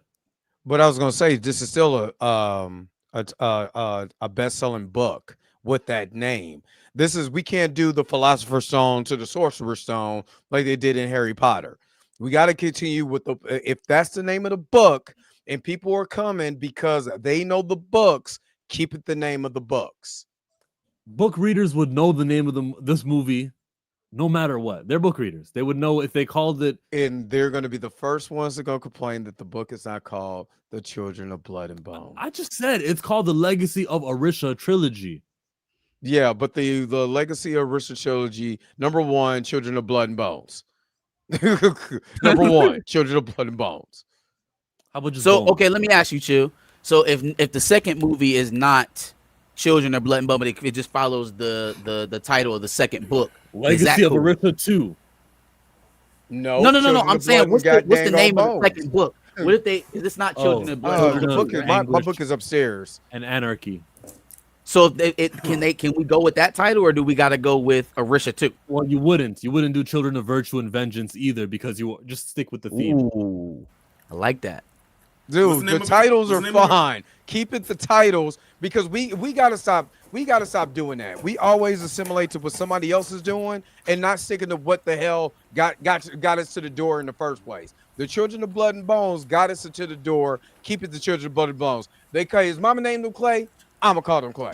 Kendrick Lamar did not like us at the Super Bowl, but we didn't say, "Oh, he's got to say every Wait. word." We Hey, understood. you see what it said? Hey Drake, Hey, he said them I heard you all. like 'em He young. like them young. I heard you like them young. Nah, A we not minor. changing nothing. He didn't say the don't swear change words nothing. though. He said he tamed it down. It was a This is the 6 Super p.m. Bowl That's an versus- FCC thing. He Yeah, couldn't. this is the Super Bowl versus He going wasn't into the trying to get movies. CBS charged. Right. Right. This is Super not chat. how they changed Teenage Mutant Ninja Turtles to Teenage Mutant Hero Turtles in Europe. We're not changing the What? title. Yeah. In Hero Europe, Turtle? they called it Teenage Mutant Hero Turtles because Who's ninja watching that? was banned. The word ninja was You banned can't say in ninja? Europe. And that's the reason why that they didn't use their weapons in the show. Chill, the look on your face is exactly the one we had just right now No, when you said you wanted to change the title. Man, Don't what? even do the show if they can't use weapons. What's wrong with Ninja? This is what I'm talking about. That's what I'm talking about. So Stamina no, just we're not confirmed gonna it. And change Stamina it. just confirmed it in the chat because he's over. Yeah, this, so Stamina. he What's up, knows. Stamina MC? I don't He care. knows. We got Mommy and teenage- daddy are bringing 9-year-olds in one hand and their 7-year-old in the I other. don't think. And they're at I the don't. movie I theaters honestly because don't think what 9-year-olds are is we coming gonna to go see see here? the Children of That's Blood. the Stamina, bro. multiplex. Explain this, We've bro. got Why you this can't movie that's say called Ninja? Mario. We've got this movie I that's like to know called that too. Children of Blood and Bone. And the 9-year-old says, I want that one, Children, Blood and Bone. Parents go look at each other, they give each other the side eye, and they go, oh, what I'm a about this one parent. instead? It's Hold animated." up. You're talking Trust to me, my them kids parent. probably watched worse. Yeah. Dude, I went to go see Nightmare on Elm Street 3 when I was 8. I went to go see Your Child's Play. experience doesn't like mean my scenario I just gave you won't happen. There's people who looked at Sinners and said, Sinners? I don't like sinning. Well, That's But look what how it well is." Sinners did in spite of that, though. And you're right. There were a bunch of There were like more. ultra Christians who were like put off by some of the Tony message in Yeah, Sinners, sure were. and it still was The title, insanely the title. successful. Not the message, the title. Sinners? Yeah. Sin. But you gotta Perk Minded said it. You gotta be like Michael Jordan and F them kids. Ain't nobody getting shoes today. I will shoot this gym out. Ain't nobody getting no shoes today. Do you think children haven't heard the words blood or bone? I think the parents, if they're making a decision between a title called that versus something more tame, they're the deciders. They're the ones Look, spending the money. There were so chill. There were so Christian people who got pissed off at Harry Potter, no matter what it was. Harry 'cause Potter? They said it was demonic. So no matter what you name it, no matter people are going to complain regardless. I'd rather complain on my own merit, but people complain, and I'm standing on 10 toes with my product. You ought to say, because you gonna complain about it or not, whatever. I don't care. But I'd rather be successful in my own product and stand on that than anything else. We don't all have to be right. Still, there you go, reaching for shit again. Just put it in the chat. My nephew started watching Attack on Titan at 9. That's too young, Perk. That's too young for Attack on Titan. Dude, I went to go see Coming to America at what was it? It was I was 9. And you know, I seen Joanna Man when I was like 8. That don't mean I was supposed to. Yeah, I mean, my uncle and auntie took me though. They were my parents. You guys are talking about what happens in the movies, and I'm just talking about the title. I mean, But this is applicable, right? Those are movies that we wasn't necessarily supposed to be walking into, and we did in spite of it. Child's children- Play. Let's give Child's Children Play. of Blood and Bone is I feel like milder than any one of the other movies that we was just naming. So like, Yeah. Joanna Man? I mean, there's movies all throughout history Joanna Man. that have had names that have been How is maybe pushing the line. When I was younger, there was Dirty Dancing, but Yeah. I mean, there's lots of films. There's lots of films, but look how, like they said, look how good those films go on to do. Hold on, time out. And I don't mean to be age doxing anybody. Did you say when I was young they called it Dirty Dancing? No, I said when I was younger, they also had the film Dirty Dancing that my mom didn't want me to watch. Hold on, let me see when Dirty Dancing came out exactly. It's the So- 80s. I say what, Like 87? in the late, like the late 80s. I'm about to Okay, say, all right. I That's think it was acceptable. 87. That's acceptable. Super Chat? I think it was late 70s. As the rich is getting richer, the poor is getting poorer. Chill is so petty. He was so super petty for that. he put that on there as white as Michael was talking. All I heard was a little bit of words and just cut right. Yeah, no, he just cut right into me. It's all good. Usually when someone goes into the search, it means there's going to be some dead air for a second. So I thought I should put the super chat for I'm Too Fly. Better franchise, Bad Boys or Rush Hour? I say Rush Hour. Bad. Ooh. Rush Hour. Bad Boys. Better As a franchise? Bad Boys. Now there are better Rush Hour. There's a better Rush Hour movie in their trilogy than all of the Second, Bad I Boys. agree. But as a trilogy, it's Bad Boys. Yeah. Yeah, but Rush Hour 2 is a classic. Rush Hour 2 is a classic over all of them. Yeah, you're right. Yeah. Ooh, Rush Hour 2, Bad Boys 2. That's close. It's close. Yeah, 'cause Bad Boys 2 Ooh, was fire. is it though? It's close. That was It's- fire. I don't know It's how close. though. Rush I don't Hour know 2. how I close. think Rush Hour Hey, 2. Bad Boys 2 is a classic Listen, movie, period. they So y'all can when fight Bad me on Boys that. 2 came out, they threw Michael Bay a bank vault, not a bag, but a bank vault. A bank vault. But you can't you can't beat Rush Hour 2 though, where it was Nah. like he Yeah, ain't Rush coming Hour back 2 for was Rush Hour. good. No He discount ain't on coming Rush back Hour for Rush 2. Hour 2. In town, on town to the on ski. Damn, he ain't gonna be in Rush Hour 3. That's what I'm saying. He gonna be in Rush Hour I 3. shoot you in the head. Said you did it by accident. I mean, there's too many quotable lines. I think there's more quotable lines in Rush Hour 2 than it is in Bad Boys 2. And Bad Boys 2 got some lines. They Yo, we do. They can got do some that. lines. The devil Oh. is not welcome here. But listen, Bad Boys 2 had everybody and their mama woo-sighing like crazy. Woosah. Woosah, Mike. Woosah. But Rush Hour 2 had everybody talking about, now which one of y'all kicked me? Your FBI. Oh, Let me see it again. Remember when, also too when I ain't get a good also look too at when that. also too when she said, Agent Carter, this is your city. Yeah, this is my titty. I mean my This is my city. titty. I'm doing my city. I mean, there's super quotable lines in Rush Hour 2. What did Why Jackie you say say? it was a It's bomb? mix. I didn't say it was a bomb. You said it was a bomb. I said No. she was the bomb. She is the When he bomb. was like, when he said, "I'll bitch slap you back to Africa," classic, classic. I don't care what nobody says, classic. Yeah, Rush Hour 2 is And classic. no matter what and no matter what Rush Hour movie it is, they always going to give Chris Tucker an opportunity to imitate Michael Jackson. No Exactly. matter what. And you It's can't- almost like it's baked into the contract that he has to do a Michael Jackson impersonation. Carter. He said, Sean. Hey man, I got to do Michael one time, man. But that opening, the Bad Boys 2. The opening of Bad Boys 2 was fire. I'll give you that. It's fire. It's so funny. He It's- said, it's- oh. He shot him. He shot said, him now, in sir. the ass. He couldn't. What did he say? Now, sir. He couldn't. What did he say? He had to be a nigga too. What did he say?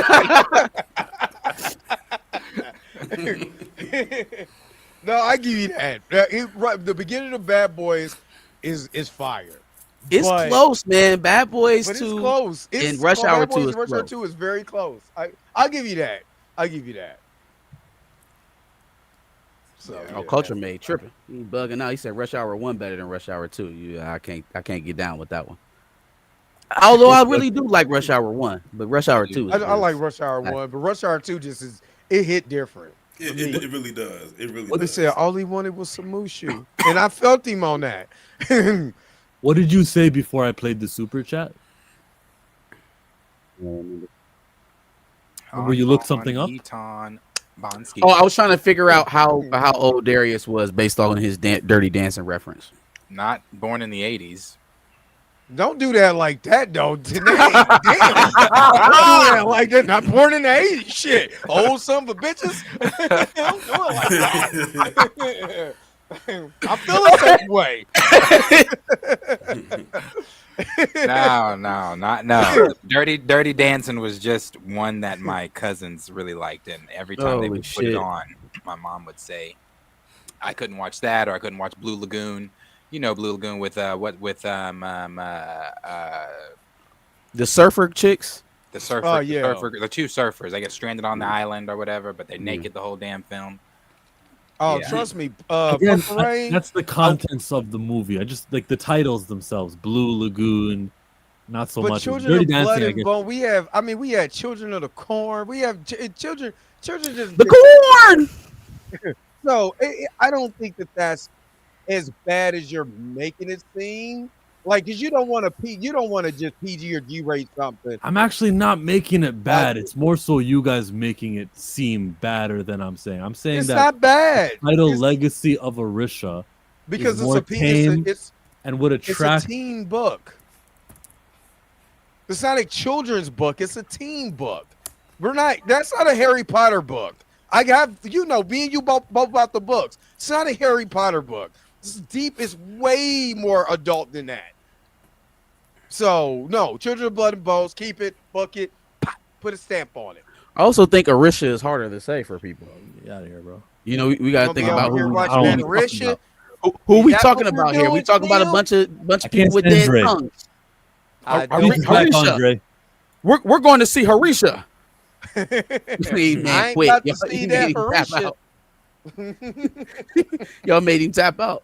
No, he had to. He even said he had to go. He, He he, said, he, yeah, did say that. He actually stayed over longer than he was supposed to. yeah. A restore. So what have we talked about so far? We talked about Hickman. We talked Yeah, We about talked we about talked about Kang. We Hickman. talked about the Seven. Kang. We Talked talked about about Spirit Kang. 7. What's So going I on think with Kang? What happened with Kang? I'm glad I was late per usual because sounds like Chill was on his chillmonger shit, and I'm glad I missed it. I'm Let's glad I start it missed back up. What happened with Kang? Let's talk about it. What happened? Nah, it we was just talking about. So he brought up Jeremy Renner being on the Breakfast Club, and Mhm. I brought up the fact is that why was Jeremy Renner on the Breakfast Club if it wasn't? This is just me. It huh Jeremy Renner was on the Breakfast Club with Charlamagne. exactly. Now, Mhm. let me just say this. Let me just this is my tinfoil hat, but let's just say that they brought up Jonathan Majors during the whole entire interview. Or well, not entire interview, but in the segment of the interview. And it was talking about Jeremy Renner's situation and how he got a pass, but Jonathan didn't. Now, I'm putting on the tinfoil hat. I don't know nothing. But I got a feeling, but I don't know. You're not going to bring up a situation with Marvel and your boy is Charlemagne. And if there's no engagement on trying to see if Kang is going to come back, Wait. all of us. Walk me. Okay, I'm missing something. Walk me Okay, my through fault. what's going on. Jeremy Renner, first of all, on the Breakfast Is Club, on the Breakfast Club. But Mhm. if you notice, discussing Marvel.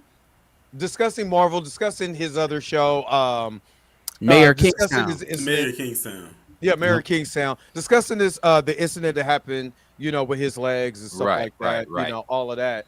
But they brought up Kang, Jonathan. or they brought up the character of Kang and Jonathan Majors. Now, I don't know if you guys checked out Emergency Awesome, New Rock Stars. Everybody's been bringing up this, this leak about Kang Dynasty was supposed to have this. They're supposed Yes. to, the Beyonder Kang, whatever, so on and so forth. That's been going on for a couple weeks now. And let me just say, I just got a text and about why they keep bringing this up is all I got. Why they keep bringing this up, and then all of a sudden Jeremy Renner is on the Breakfast Club, and they bring up Jonathan Majors again. So it's So let me leading me ask to you, Dre. believe that they're engaging in talks about bringing them back, and they're trying to, gauge what the audience wants. What does the The audience want? reception. So Yeah. to ask you to follow up on your point, would that mean that Jeremy Renner is plugged in with Jonathan, or Charlemagne is plugged in with Jonathan? Or Charlemagne is which plugged in one of with them would have Jonathan. to be Charlemagne? Charlemagne is Okay, plugged in. got Charlemagne and Jonathan working on a lot of projects together on the back half is a producer, executive producer, all of that stuff, writer. you. Okay. They're doing a lot of stuff on the back end. So here's a follow up to the follow up. If this was some sort of coordinated, let's get it out there, or you know what? Let's not even do it that way. If Jonathan Majors is coming back for Avengers Doomsday, does it suit him better for that to be a big viral surprise, or for him to slowly leak it throughout the media so that people are anticipating it going into the movie? To me personally, I would rather it be a surprise. When we go to the movies, Yeah. you go see it because it's going to generate the most amount of buzz that Marvel has had in a long time. With an F, he's a surprise character. Sure. Jonathan ain't hit me up and said, "Hey, I'm gonna be in this movie." Don't tell no. Well, for one, I wouldn't tell y'all, but because I'm not about to get beat up. You see, that's a big brother, so he ain't beat me up. So, but I would rather it be a surprise. Number one, I believe Damn. Robert. This is just me personally. Y'all can tell me what y'all think. I don't think Robert Downey Jr. alone being just the big bad of that movie is going to generate the buzz that it's looking Hey for. Dre, where do you be at when I be having these conversations, fam? When I be trying to tell them to edge their conversation of their expectations about Doomsday, where you be at? I work. I be meeting you. Getting this, He said at work. getting that money. But understand where I'm coming from. And I've said this. One thing about Jonathan Majors and Robert Downey Jr., what they're in acting wise, they're good at conversation. They're getting it, when you have conversation on screen and you have that chemistry, you could be able to bring out a lot of emotions within said character to make you want to root for them or hate their their effing guts, right? So you get these two characters on screen, and you have the dialogue, especially how Kang was in Ant-Man and the Wasp before they ruined it at the end. Is going to, I'm trying to tell you, the battle of the minds, the battle of the wits, especially if he becomes a beyonder. If he goes in that proximity chamber, and I talked about this on the show the other day or today, if he goes into the proximity chamber, that's what that was, where he got sucked into his portal, and he comes out a beyonder, a man that's of time now. I can control all elements of time, like Kane's supposed to do, like he's supposed to be. And then Doom defeats him. Number one, it ends all of what Jonathan was trying to do. He just wants to, finish that story up. You know what I mean? He loves the character. He wants to finish the story and go on about his business, right? Number two, that will make more cachet for Kang because for Doom, it's just like when Hulk got the crap beat out of him by Thanos. When we see that, we all say, "Oh snap, it's gonna be totally different." You're going to have to do the same thing for Dr. Doom. You're not just going to have him, grabbing Franklin. And no, it's got to be something. And the biggest something is for Kane to come back. I agree. I don't think that Kang. I think they go through. This is what I'm expecting because they don't leak this stuff for no reason to me. If you have Kang, you already got the Council of Kangs. What you can do is have him battle the Council of Kangs with Doombots, whatever, big battle, all of that. We already talked about the universal war in Loki season 1 and season 2, or the multiversal war. Now you have the multiversal war with Dr. Doom. Now, you know what I mean? You can still have that and have that be the big climax of your movie. And while Doom think he destroyed all of these, then the Beyonder Kang comes out. You can lead that into Secret Wars. So now you got Emperor Doom going to Secret Wars like they did in the comics. There's certain ways you could do it, but I don't think him coming in the beginning of the movie and just killing them, that's going to ruin. Nobody's going to want to see that. We're going to boo that. So me personally, I do for T'Challa, but I think there's some potential for Jonathan Majors making like a brief cameo, or at least them recreating his not his direct likeness, but like showing the back of his head or something like that. Because it just is an open-ended plot thread for us to pivot from Kang to Doom. They have to address it in some kind of way. Now, how deep into that do they actually get?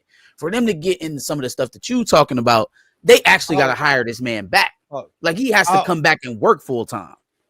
Exactly. So bring him back. I don't know if that's where they at with it. Will they use his likeness? Will they use his? I don't think they're going to use his likeness. You could bring him back at a reduced rate. He was at a $20 million contract for Kang Dynasty and Secret Wars. You could bring him at a reduced rate. Nobody cares about that. That whole situation is over now. There's nothing you can do. There's no lawsuit. Nobody cares, right?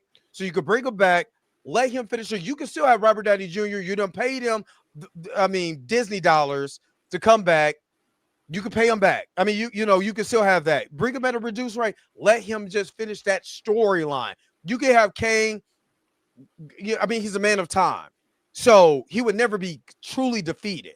You know what I mean? Truly defeated. So, but you do it so you could be able to boost up Dr. Doom, because Dr. Doom by itself does not intrigue me. Robert Downey Jr.'s Dr. Doom does not intrigue me whatsoever. I don't care what nobody says. I don't. Hey, man. And I love Doom. I said the same thing. Like, remember when they announced Robert Downey Jr. at Comic-Con last year that he was going to be Dr. Doom, and like the reaction was mixed because everyone was like, we all saw like you do this long run as Tony Stark in the MCU Iron Man. It was like, okay, we're finally giving you a rest. And everyone was more excited when they announced that it was going to be called Kang Dynasty, and then we saw the setup even with the post-credit scene in Quantumania, and it was like the excitement was there for that. And then them to pivot to this, I don't think it was also necessarily because of Doom. It's because it was Robert Downey Jr. it was like, okay, you're bringing in Doctor Doom, but you couldn't get another actor to play that part because now people are going to have to look at him be Doctor Doom, and they're going to start thinking of Tony Stark. So it's like, but like I said, I remember the reception was very mixed. It wasn't like over under or anything like that. It was like people was kind of divided. Okay, some people was excited about it.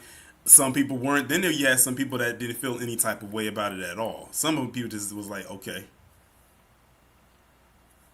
I'm gonna just say I'm gonna send you something. I'm gonna send you guys something in the private chat. So you can kind of. I don't want to say everything online, but just kind of give you a kind of a understanding of where I'm coming from. Now, if I can play devil's advocate here in the middle,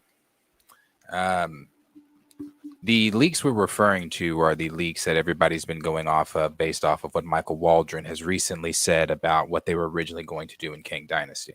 Right. Okay. So those leaks, or Michael Waldron confirming the leaks, rather, those leaks are, I'm scrolling down my live stream playlist here to see exactly when we started talking, because this was when I lived in my old house, even when we started talking about these leaks. So I remember when those leaks came out, at the time it was, they were going to split the Avengers up. You're going to have a cosmic team, you're going to have a ground team, you're going to have the Young Avengers, and all those types of going at these different versions of Kang, Immortus, Scarlet Centurion, the Kang the Conqueror, Beyonder Kang, and all that other stuff. Is it more so that, and I am on the side of believing that Kang is possibly in it. I'm more so believing that he's possibly in it based on what up, Pam? The Megan Good and interaction that he and her had with that reporter or interview or whatever. I'm asking, is it more so because I'm believing that he may be in it. I don't know for sure, but he may be in it. And I say maybe in it also because of some of the other leaks and things that are going on with the current storyline of what Doomsday is going to be. So far, it had now. We also have heard reports that they are filming things without people knowing about it. We've also we've also heard that they have had actors and things that weren't on that chair, weren't announced in the chairs, that have been filming and filmed secret scenes and things like that. I mean, you look at Deadpool and Wolverine. A lot of people, even the leakers and scoopers, did not know Wesley Snipes and the rest of them were going to show up when they did. Yeah. So you could possibly have something like that going on again. But I'm saying, is it a deal where, since Michael Waldron confirmed it and everybody, because when I watched New Rockstar's video over it, he, preferenced it the way everybody else preferenced it. Looks like the old leaks have been confirmed. So is this more so just Michael Waldron confirming? Now, I'm not. They could also still be using stuff from the old stuff. I mean, I don't know. You got the Russos coming out saying that this is a direct sequel to Endgame. Just skip over the whole last phase, huh? Hey, did you guys read my private chat? Just real quick. That's the only. All I'm gonna say, there was no context. There was no context whatsoever. Just that part. Interesting. Thank you. So now you understand what I'm saying. Now you say what. That's why I can't fully dive, but it made me pull on my tinfoil hat. So I just wonder how much they gave, right? Because he was at least posturing that he was interested in very much so, like he was very open to the reunion. So I just wonder how much rope did they give him? You know what I mean? Like I don't want to say that he would just take anything that they offer him, but at the same time, the man's trying to break back through. Yeah, so you gonna take whatever you can get. Like basically with the situation that happened with him, you take whatever job you could get at that point in time. You know what I mean? Because they tried to ruin his career. And I always said, number one, ABC did the first interview with him. Who owns ABC? Good. Disney.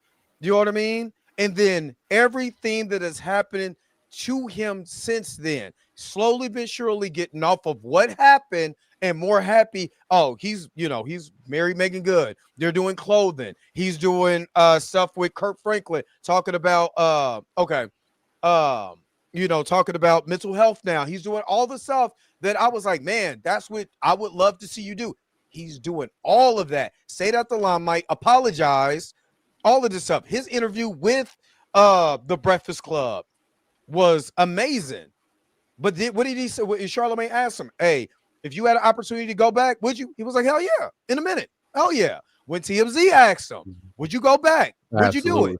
Hell yeah. When I talked to him personally, this is the same as what TMZ. So I don't want nobody being like, saying stuff. But I asked him, what would you like to, if you had an opportunity, what would you like to do? He said, if I had an opportunity to get back, I want to do it because I love the character so much. And it's the same thing he echoed on an interview. So I believe he just wants to act. He don't care about all of that rest of that stuff. He just wants to act. And if I went from 20 million to 2 million, but I get to finish my character, hey, that's 2 million that I didn't have, 8 months ago when I was going I guess I'm just hoping they don't do what we were talking about earlier and just kill him in the first 5 minutes. Right? Like I don't want it to be a squash match of a meetup between him and Doom. Like build it up, make sure we know what that character is worth before he gets up out of here, I'm this also because I don't want to speak for Dre, but out of the three of us on Pantheon, I'm the one I think that pays attention the most to leaks and rumors. Sure. I would say when it comes to Doomsday, nobody knows what the fuck is going on. Not these scoopers, not the YouTubers that think that their theory think that they've cracked the code and know what the film is going to be about. I don't think, because even with the things that have come out from scoopers, it has been pictures, speculation based off of pictures that were taken from behind the scene. It has been speculation based off of, the synopsis that Marvel themselves have given of Doomsday and then running with that. And then, of course, your own theory crafting and then believing that your theory is the correct theory. But nobody really knows what's going on in Doomsday. All we know is the Russos have said it's a direct. These are the facts. These are the facts. We know the Russos have said it's a direct sequel to Endgame. We know that the Russos have said that in order to they couldn't get anybody else but Robert Downey Jr. to come and play Dr. Doom in the way that they're trying to tell this story. Yeah. We know that the Russos have said that, given the synopsis of what it's going to be, blah, blah, blah.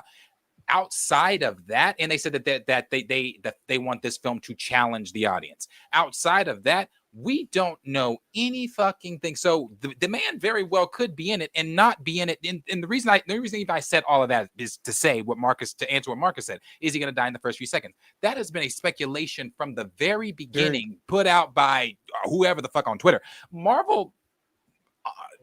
You know what? When the Russos called Marvel's like, no, we're not doing that story or whatever. And they called him back like, okay, let's do that story. Maybe Kang is in that story. Maybe the way that they're telling this story, because I just don't see the Russos looking at, even though they're saying it's a direct sequel to Endgame, I don't see them looking at phases, the phases since Endgame and saying, okay, well, how do we make this make sense without some of those moving pieces of the phases since Endgame? So you have to have Kang in there to be more than just to kill him.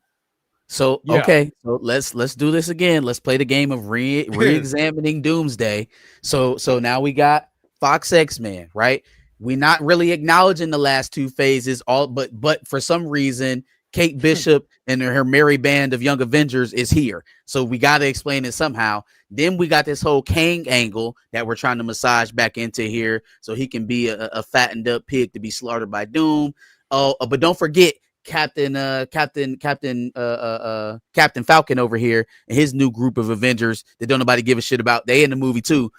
How do we make all of this matter and make it good in less than 4 hours? I think this is again where it's just like this is kind of fun. actually. When you kind of think about it, when you kind of think about it, it's kind of fun because I haven't Theorized in a long time. not only theorized, I haven't walked into a Marvel movie not already knowing what's going on. What's going to be there? I have no fucking clue what Doomsday is. I have zero clue. I don't know. I have no idea. I know they fight the X-Men. I know they're in it. I know Doctor Doom is in it. Loki's somewhere holding threads of time together. I don't know. And What were the three storylines in Infinity War? Am I missing something? You had Vision and his Infinity Stone in his head, which was really the main plot. That was kind of the same thing with Thanos, Yeah, right? it was the 'Cause he's collecting MacGuffin of the stone. whole movie. Then you had, what was the other B plot that I'm missing from Infinity War? We had you had what was going on between Iron Man and the group on Titan. That was a whole nother separate thing, even though that they were all going after the same thing, separate thing. You had Vision. That third one, I guess, would be Thor. Yeah, but Thor was just trying to kill Thanos, I guess. Okay, cool. Because that's another one. Sure. Thanos, the Power Stone, and obviously the main thing of Thanos' conquest. But even still, that's not introducing whole new teams. We've never seen Sam's Avengers team before. At least we've seen the Avengers squad. We know what to expect when they get back together. Like, who is in Sam's Avengers team? I can only tell you Shang-Chi. Who in it? Shang-Chi, Shuri, probably Bruce, right? Bruce got to be in there doing something. Carol out in space somewhere. And then you also got the new Avengers. See, that's a whole nother thing. See, that's a whole nother section of this story that don't nobody care about. That they're going to have to ingratiate into this story.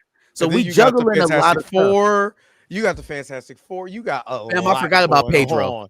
I forgot all about Pedro. It's a lot going on. So last time we seen an ensemble cast this deep was Eternals. I now think this is bigger than that. No, for sure. I'm saying in terms of how many viewpoints they attempted to go through. Oh, yeah. The last time we seen that, yeah, that was probably Eternals, and that didn't necessarily go well. I don't think that even with the Russos playing hot potato with that many narratives is good for the story. You're giving the audience too many places to focus. You know, especially when you at one point you do got to pull all of this stuff together. What is I guess, if you're pulling them into like a battle world kind of situation, but are they pulling that out now in Doomsday? Are we not saving that for Secret Wars? I think it's supposed to all come to an end and come together in Doomsday, and then we see the rest of that obviously in Secret Wars. I think we are going to see Battle World being formed at the end of Doomsday. I don't know that. There's nothing out there that says that. I'm just thinking logically. I mean, people are saying that the Void is going to be the battlegrounds for Secret Wars. I mean, I'm gonna be so mad. I personally, I wouldn't be surprised if they split Doomsday up into two movies. Because you remember they took a movie off of the slide. I don't think it's going to be Doomsday in two movies. I know what you're talking about. You're talking about that movie that's supposed to be, or isn't there something on the calendar between Doomsday and Secret Wars? I think that's that Battle World film. If they're doing that, I think either that's that Battle World film or that's that Doctor Strange 3. That's a Battle World-esque film or something like that. But anything in between Doomsday and Secret Wars, it would have to either, I mean, maybe they do Doomsday 2 parts, but it would have to do something with that. Because I was thinking if they do Doomsday Part 1, Avengers versus X-Men Part 2, and then go into Secret Wars. But then that would be redundant because I'd rather them do, X-Men versus Avengers in one. Who all gonna be there?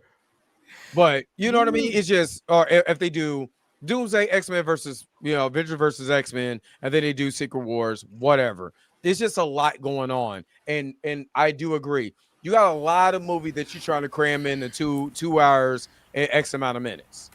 And then try to see another movie.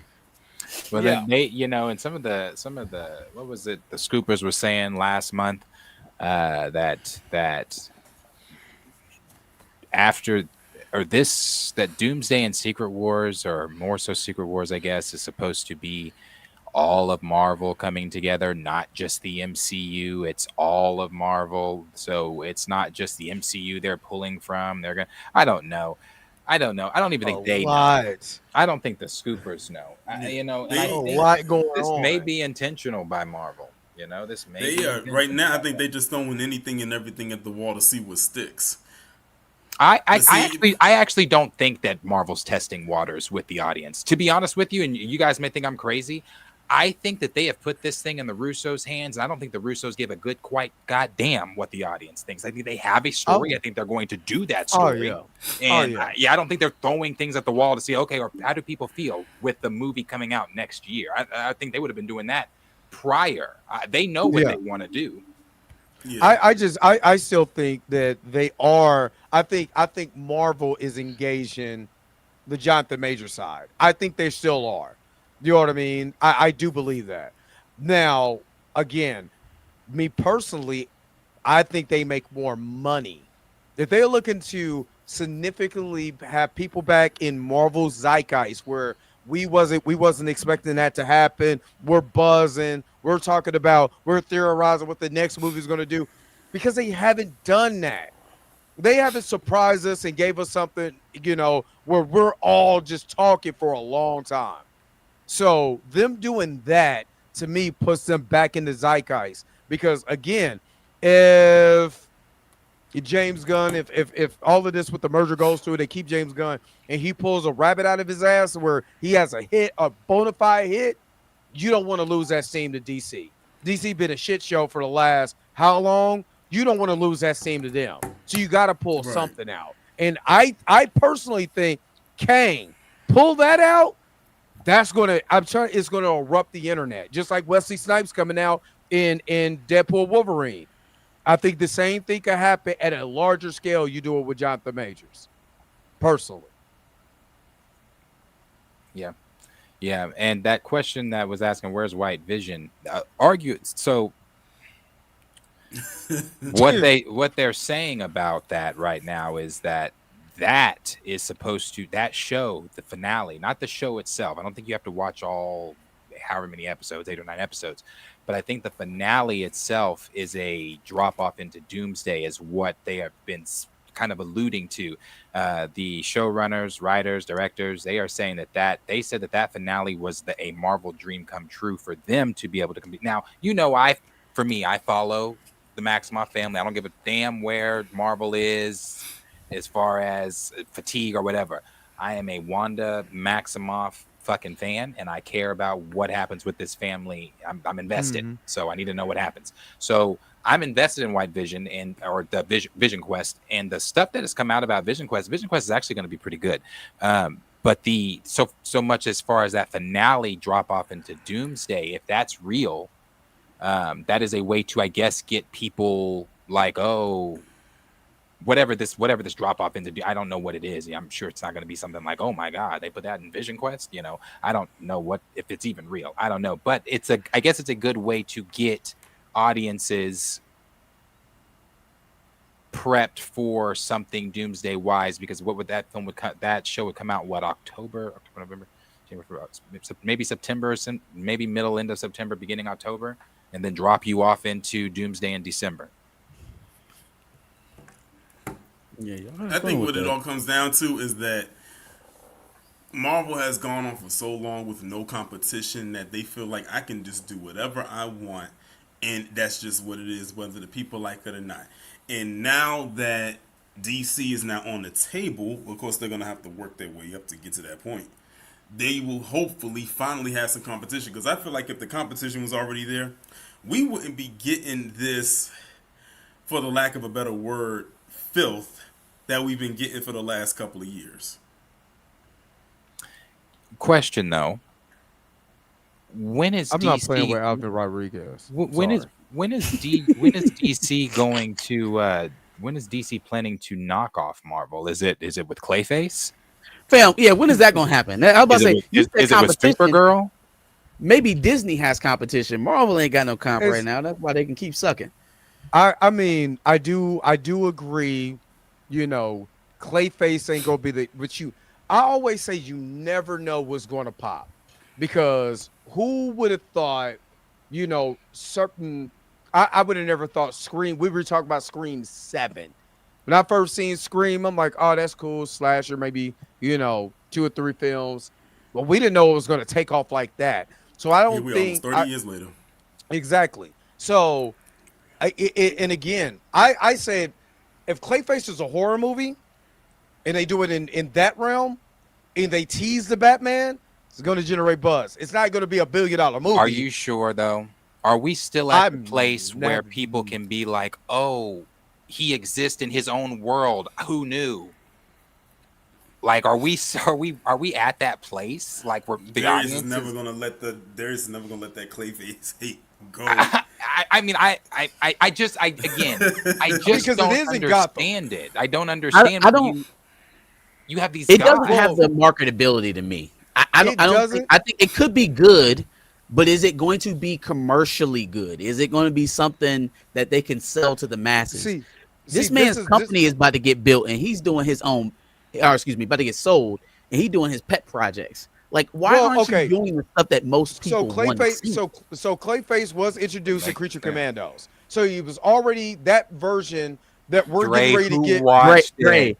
Creature watched Commandos it. was I know, supposed to be yes, introduced. brother. When I say Creature who watched it, Commandos was when I- supposed to be there. when I say Creature who Commandos watched it, was I don't dope, even. though. I'm not even trying to like dump on anybody that watched it. I mean, just like the overall, like how I would love to know the percentage of the Superman audience that watched Creature Commandos, or just in the even the Peacemaker audience that watched Creature Commandos. So it's like because doesn't Batman even show up in Creature Yep, in Creature Commandos. Yes. Yep. So I'm just like, yeah, that's cool, but that's kind of like when I tell people, oh, well, this character showed up in Clone Wars. It's like, well, brother, I'm not watching Clone Wars. I watched I watched the live action stuff. So it's like I don't know who's all watching that, you know?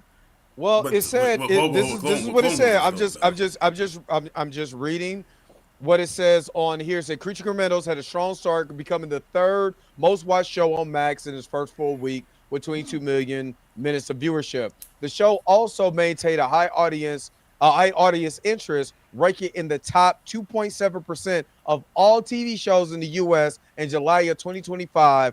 It was Okay, that's renewed good. for a second season. So I That's get good. what you're saying, but I got to give a caveat because it was a good show. And Yeah, but Dre, since- they got to yeah, make but some I money. get what he's dog. saying though. They got to You make do, some you money. do. Like So having this good is what TV I'm shows is thinking. one thing. You got to post the This bills. is I'm trying to. This is just me personally, but they do Supergirl right, and they get that Barbie crowd, young blonde hair white. I'm not being racist or anything, but young blonde hair white said woman, Supergirl? whooping ass, you're Supergirl. Yeah, Supergirl. Supergirl They do is gonna Supergirl get for- Barbie money. Get Barbie money. This is what Dog, I'm saying. Superman made just a sneeze over $600 million. You think Supergirl is gonna get that Barbie money? If you make it, I'm saying if you make it right, because only thing you need to do is generate. You need to generate buzz. That's it. You just need to make You it think dope. Supergirl has better potential I'm- than Superman? With the I- white I- woman demographic. Okay, this is what I said the other day, and I'm going to see Supergirl. I'm hyped for Supergirl. I am. I'm most definitely hyped for I'm Supergirl. I don't one- even. I'm just one ticket. But this is my issue with because me and Chill just talked about this on the whatever show we do with the with them talking about selling and everything like that. It just, for me, if I was James Gunn, I think I would. I understand he likes these ragtag hero types, and he likes these like ones that these forgotten heroes and characters, and that's great, James. And I mean, hell, look at the Guardians, fantastic. He did great with that. But in a day and age where I'm on podcasts and things like that, and I'm talking about, well, we'll see what the future, I don't know, and all stuff like that. I wouldn't be talking Sergeant Rock. I wouldn't be talking Clayface. I wouldn't be talking creatures or Well, whoever these other small. I would be right. talking the heavy hitters. Why are we not talking about the league? And Flash, Wonder Well, Woman, Martian well, Manhunter. I don't want to talk about the Flash right now. I'm trying to get that stank off of Ezra Miller And that's off the exactly why you Flash. need to make your So, own Flash. That's exactly why you need to this reboot is that so thing. so before the merger, I know he was talking about Sergeant Rock, which I didn't get that at all. But now that that's scrapped, they already had Clayface and Supergirl in the tank before they came out and said, because I've been following the story. In the one of the reasons why I don't want them to go to Paramount for political reasons, but if Apple picks them up, they got just as much money as Disney. Not saying they have more. They have just as much money as Disney. They can take a risk on bringing in a Clayface. Didn't Fox make the New Mutants before they left? Didn't Fox make the New Mutants and Dark Phoenix again? And both of them were financial duds before Marvel inquired them. And we knew the sale of Fox was going on for a long time. Yeah, but what? Okay, so what if let's just say, let's use the Ellisons because they might honestly get this shit. So let's say the Ellisons. Let's say they're like Ugh. Yeah, I'm about to say, God, no. I know. Yeah, that but just crawls my skin. It crawls mine too, but that They is said you will It's very embrace real. our It's they very said you real. will embrace our villainy. Yeah, Whether you like it or not. They're most definitely villains. The Zai's buying up everything. what if they, and what if, I don't know if they're DC fans or whatever like that. I know they're money Hell fans. no. So let's say that they're just, let's say from a business standpoint, because I had somebody tell me last time me and Jill were talking about this, tell me, well, there's other characters at DC other than the Justice League. Okay, yeah, but let's not be naive when we're having this conversation either. Yeah. There are other characters at DC outside the league, but if I'm speaking from a business standpoint, from a money-making standpoint, you come talking to me, and if I'm buying a dead studio with a dying IP, don't come to me with no Z-list characters. No, nigga, no, you're fired. We're talking A-list. We making hits, nigga. Yeah, we're bringing money in here. We're doing characters that people want to see. I just don't. It's just crazy to me that the. I think because remember, they just announced that they were going up for sale. What was this? 3 weeks ago. Yeah, So, but which from Six of Truth is in here. The lady Danny said James Gunn already knew this when he got there. Again, why would you sign a 4-year contract? You and Wait, again, knew that I've always they were going to sell. They were That going they to were sell it. looking to sell. Yeah, Six of Truth's lady Danny. I did a reaction video to her. I'm like, wait a minute. It doesn't make any sense if he knew going in that they were going to sell it, because why would Peter So Peter Safran is not going to take it. And then everybody's talking about getting rid of James Gunn, but nobody's talking about Peter Safran. You know what I mean? It just doesn't make sense. Now, what do they mean by he knew? Did they think like that him that and David Zaslav Zaslav had was going? conversations? Yeah, that David Zaslav was going to build the company up just to resell it. I said, well, that doesn't make any sense because you signed a 4-year contract in 2022 that goes to 2026. What was you going to accomplish that's going to make all this money in 4 years? Now, this part is true.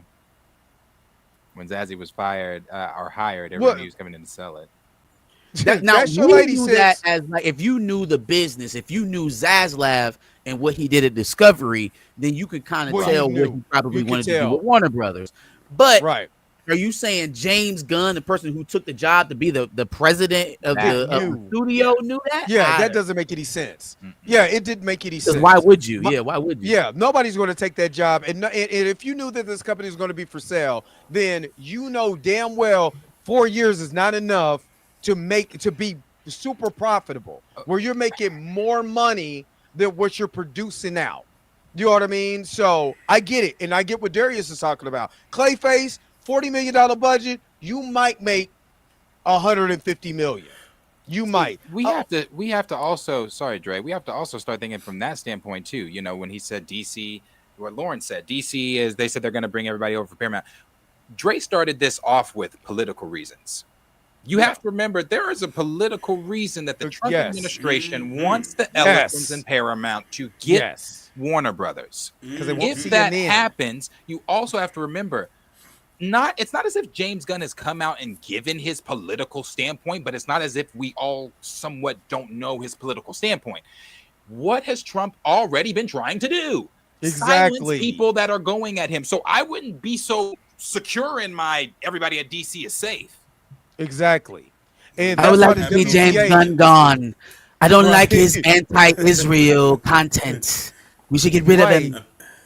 So that's why the Everybody. WGA stepped in and was going to is striking down the Ellison, the Paramount Warner Brothers deal. They came out and said, we're going to sign a petition due to freedom of speech and the loss of jobs and all of this. So what Zassoff did was say, oh, I literally just covered this. We're just split it in two. Warner Brothers will be on this side. Discovery will be on this side. That way, Fam, nobody's got do to you lose mean their you job. merged the company just to split the company up? It's Like, literally how did in you the make any last money few off of that? days. But this is Right. the last week has been weird because for one, the Ellisons went for a bid. They got turned down for their bid. The first WGA two. made a They petition. turned down the Yeah, first two. Yeah, the first two. The WGA came in and said, nope, we're striking. We're gonna boycott this. Damn this, we're not gonna have it. Yeah. Apple has came through. Netflix has came through. It was another one. Comcast, Comcast, Comcast, has NBC, Universal. they've come through and said we'll take it. We already That's know why I the want Trump to get it. I want Universal to get it.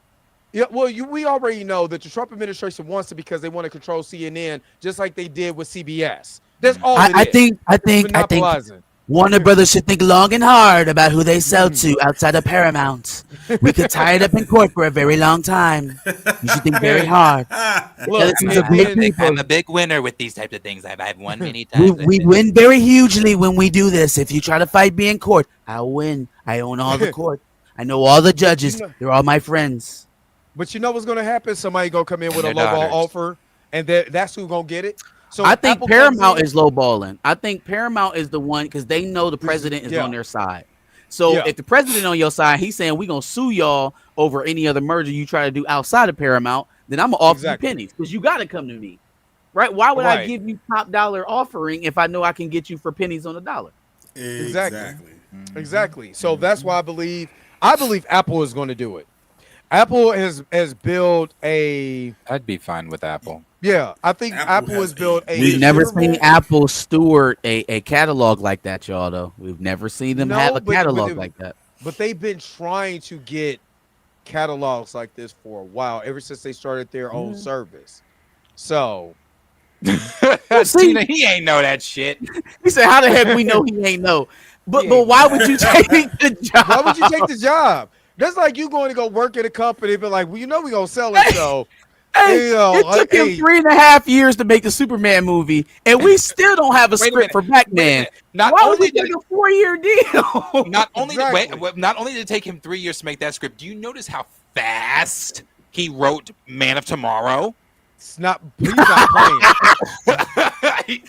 He's like, hey, if we can get this shit out, He said, I got 365 left, baby. We got to get this one out. Yep. I mean, because November, him and Safran's deal is done November of 2026. So the next year, their deal is done. Right? Well, you already know a merger takes about a year or so. You're a little over a year to go through. I think the guys at the Ellisons came out and said, everybody's job is safe. You know what I mean? So yeah, He was trying to give us Sergeant Rock. He like, y'all gonna take the Sergeant Rock. I don't give a fuck what I got to do. I'm going to put Daniel Craig in it. I ain't gonna lie. I've never heard of. I Never didn't heard never of heard him. of Peacemaker, and let alone Sergeant Rock. Never heard. But of I it. was very I'm- surprised about Peacemaker. You know what I'm saying? Very surprised. No. But Hey, Sergeant we Rock- going through his Wait a comic minute, book hold on. collection like, I'm oh gonna- yeah, this is the one right here. No, wait. This the I one. don't know how I almost let this slip my mind, but because y'all kept bringing up like characters like no one wants to see. I've been meaning to tell Darius this. I always miss it because I'm never in the chat live when he says it.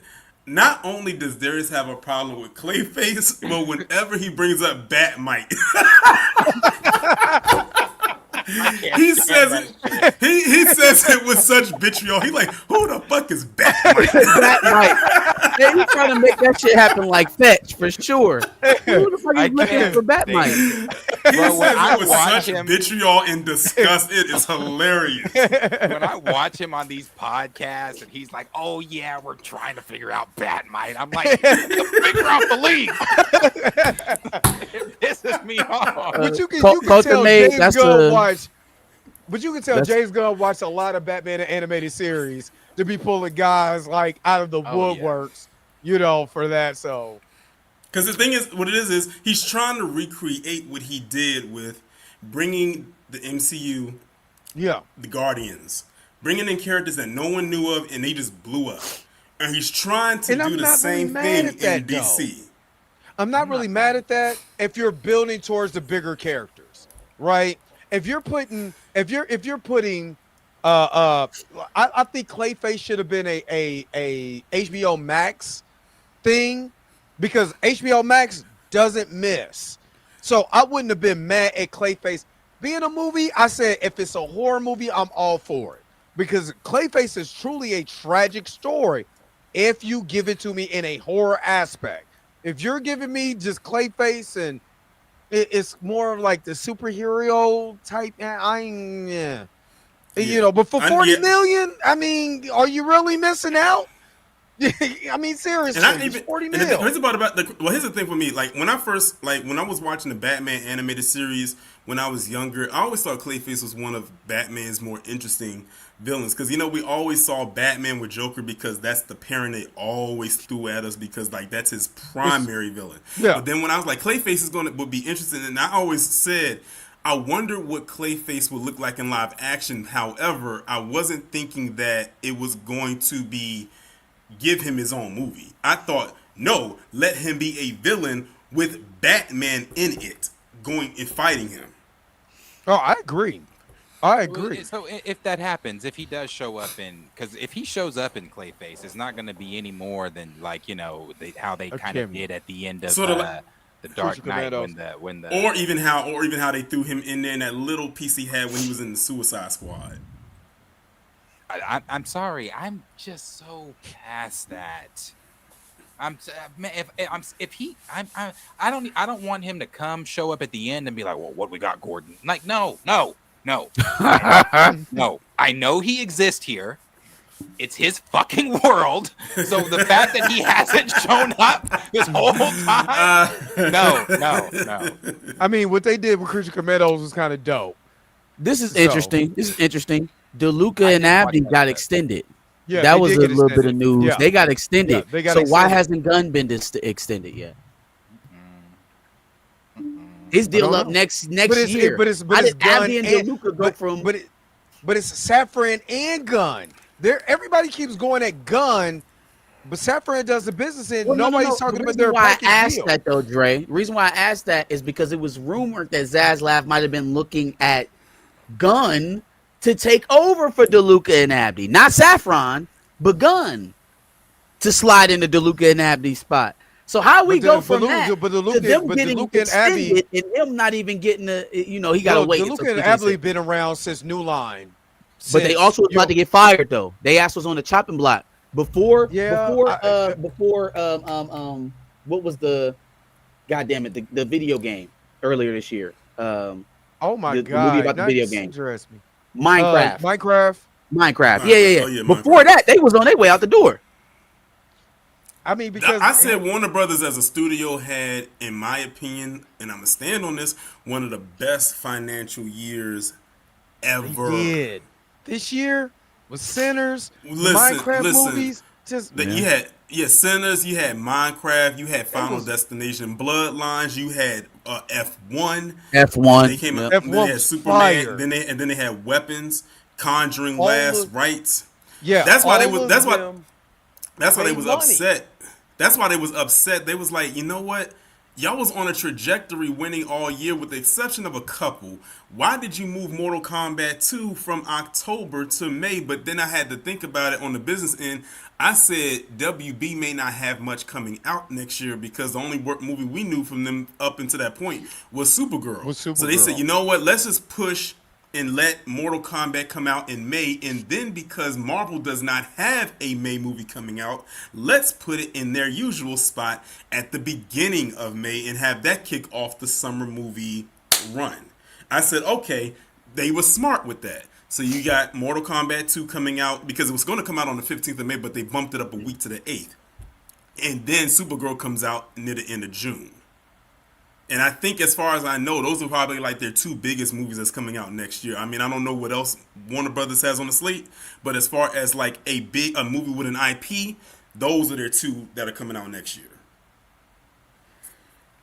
Y'all want to quickly here, not to divert.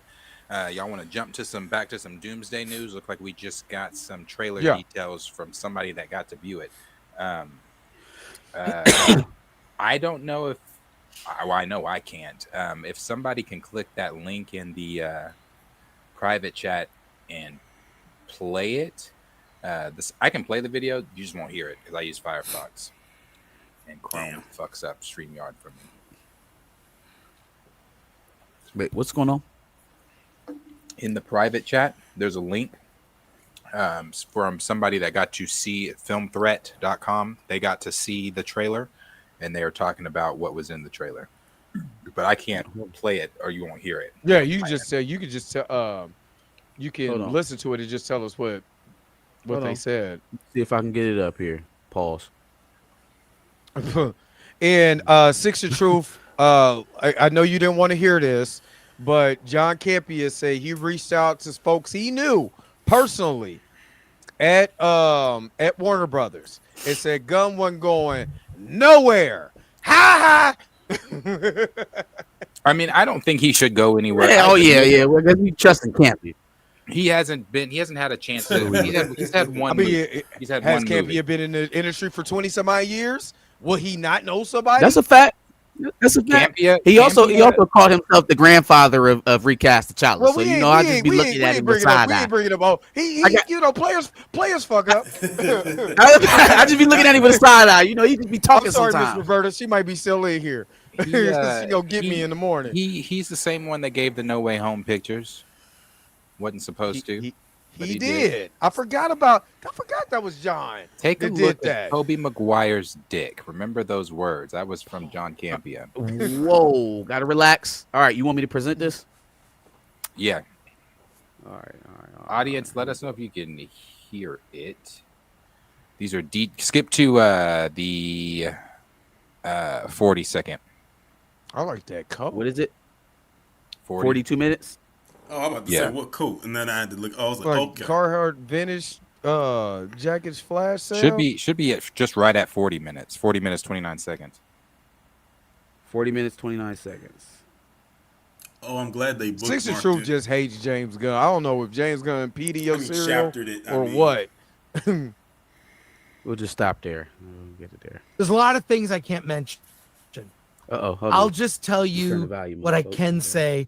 It's not anything groundbreaking at all. Mm-hmm. One, the plan is this will premiere. The trailer can y'all hear that? Scene with Why can't I hear it? I can hear it. Fire and Ash. I can hear it. That's the plan. Well, I can't hear nothing. Forward.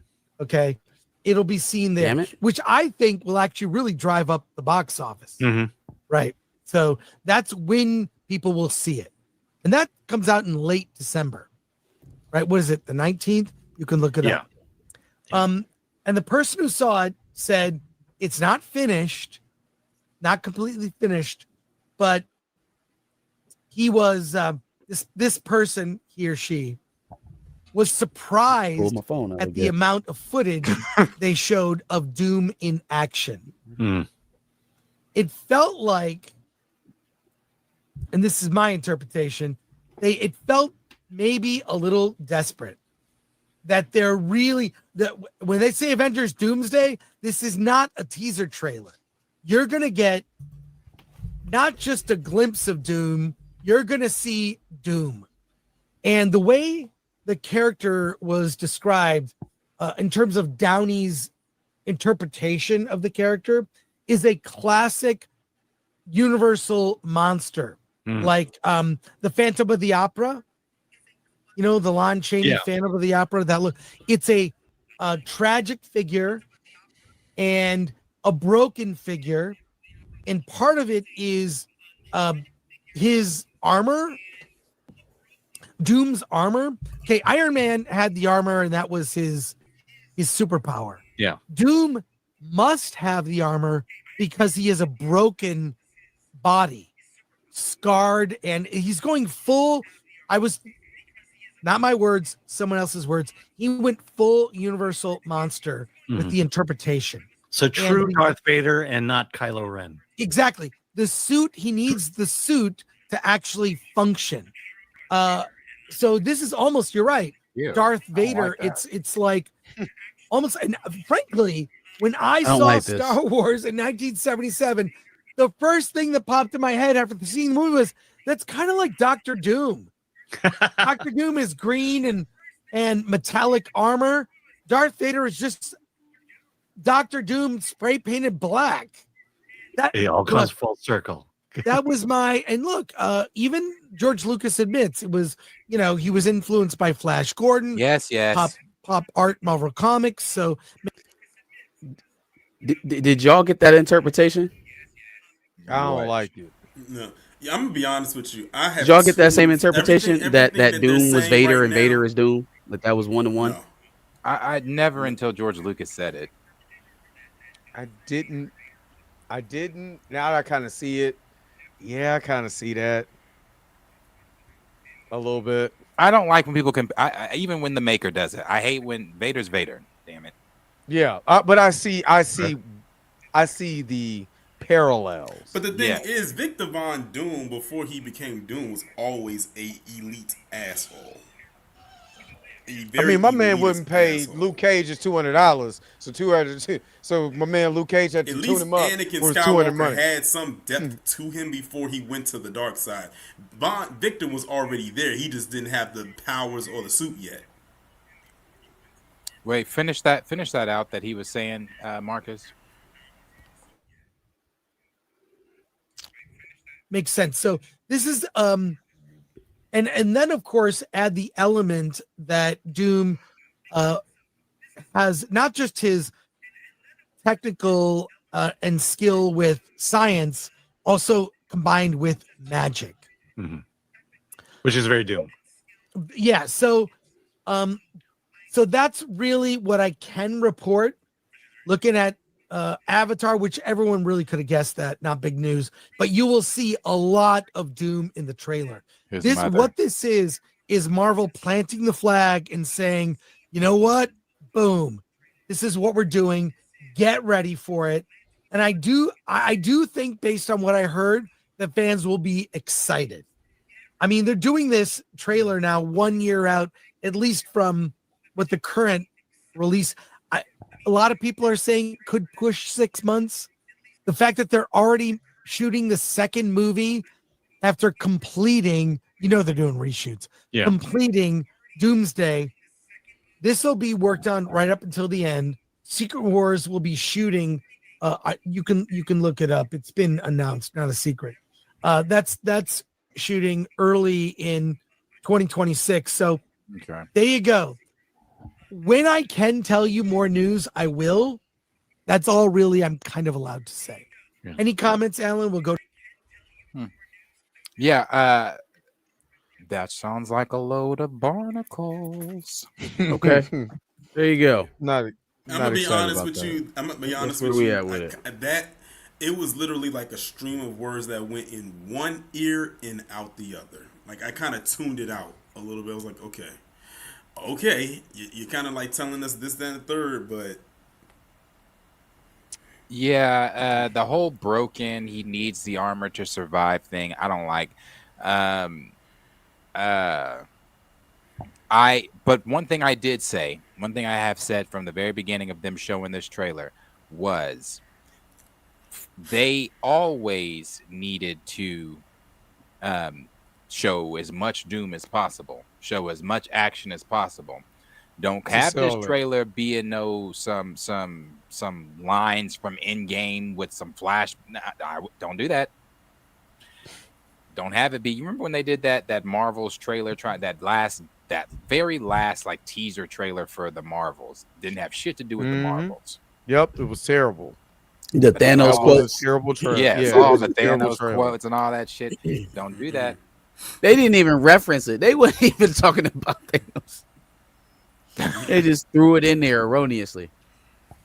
Yeah, so I've said that this trailer needed to be showing a hell of a lot of Doom because you're expecting the audience to come in and have this this fear for him like we had for Thanos, but we had seen Thanos a few not that we saw Thanos kicking ass, but we at least seen him like, okay, fine, I'll do it myself, and then the whole thing in Guardians and the other moment. We've seen this man cradling a child. And here's the thing about that, and I said this even back when I watched Fantastic Four. I said that could you imagine had that post-credit scene been Kang the Conqueror, or at least one of his variants, there with Franklin Richards rather than faceless Doom. Dr. Doom. That would have hit so much more better, especially when you know that Kang is an ancestor of Reed Richards, which means by default he is an ancestor of Franklin Richards. Here's the problem you run into though, Torian. They got to do that, but at the same time, they have to build up Doom because we haven't seen him. See, I think a lot of the speculation about Doom being popped up in the Fantastic Four movie was warranted. I got to take this fucking chain off. His ear is starting to itch my neck. I think that speculation was warranted because are you telling me you're going to drop this character in cold on Doomsday and expect it to perform? Like it's one thing if we actually have time to build it. And I think that's reason why the trailer is so heavily leaned in towards Doom because we haven't seen the man. We're literally going to get introduced to him in the movie. We've never done that with the villain. We've never introduced the villain in the same movie he's featured in.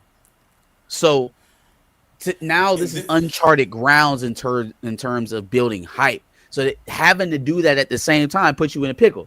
Maybe you put both of them in there in a scene with Franklin Richards, but you got to do some work on Doom before y'all get to Doomsday. Go ahead, Derek. Maybe, and I hate this. I just want to preference that first.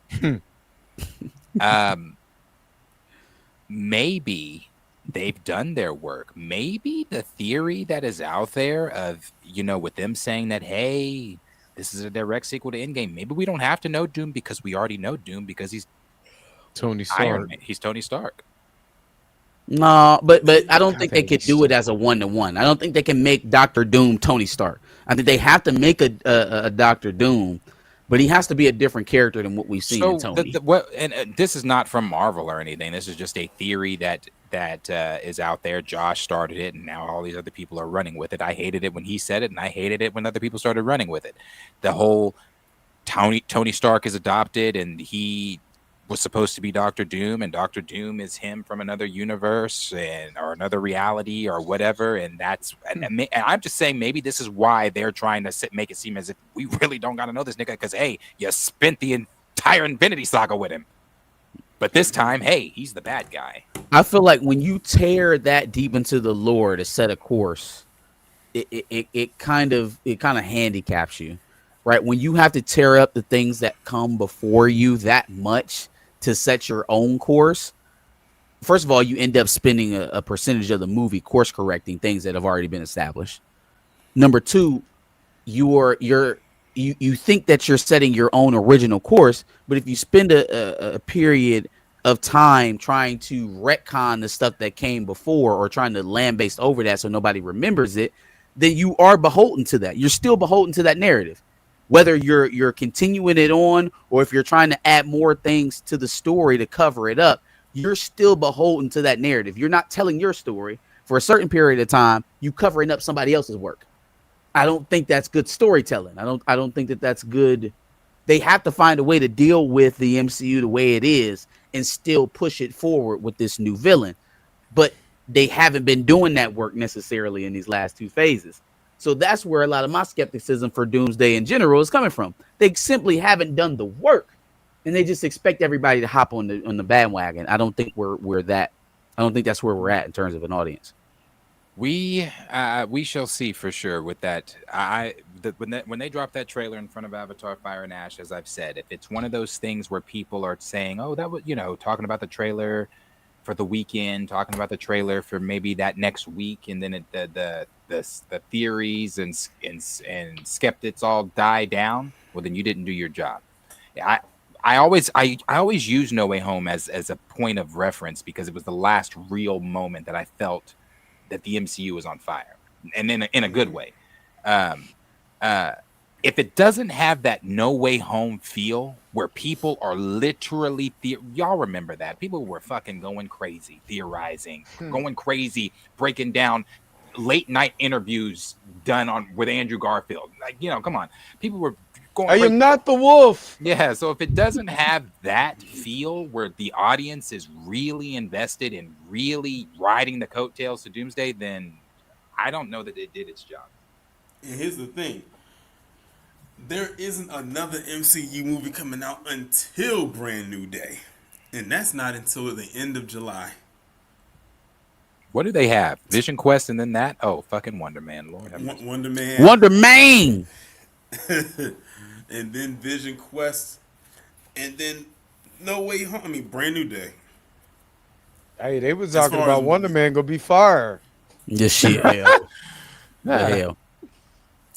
Are y'all going to watch at least one episode? I don't know that I can find myself to do it. And the reason I say that, and it's not because it's like, oh, there's you just...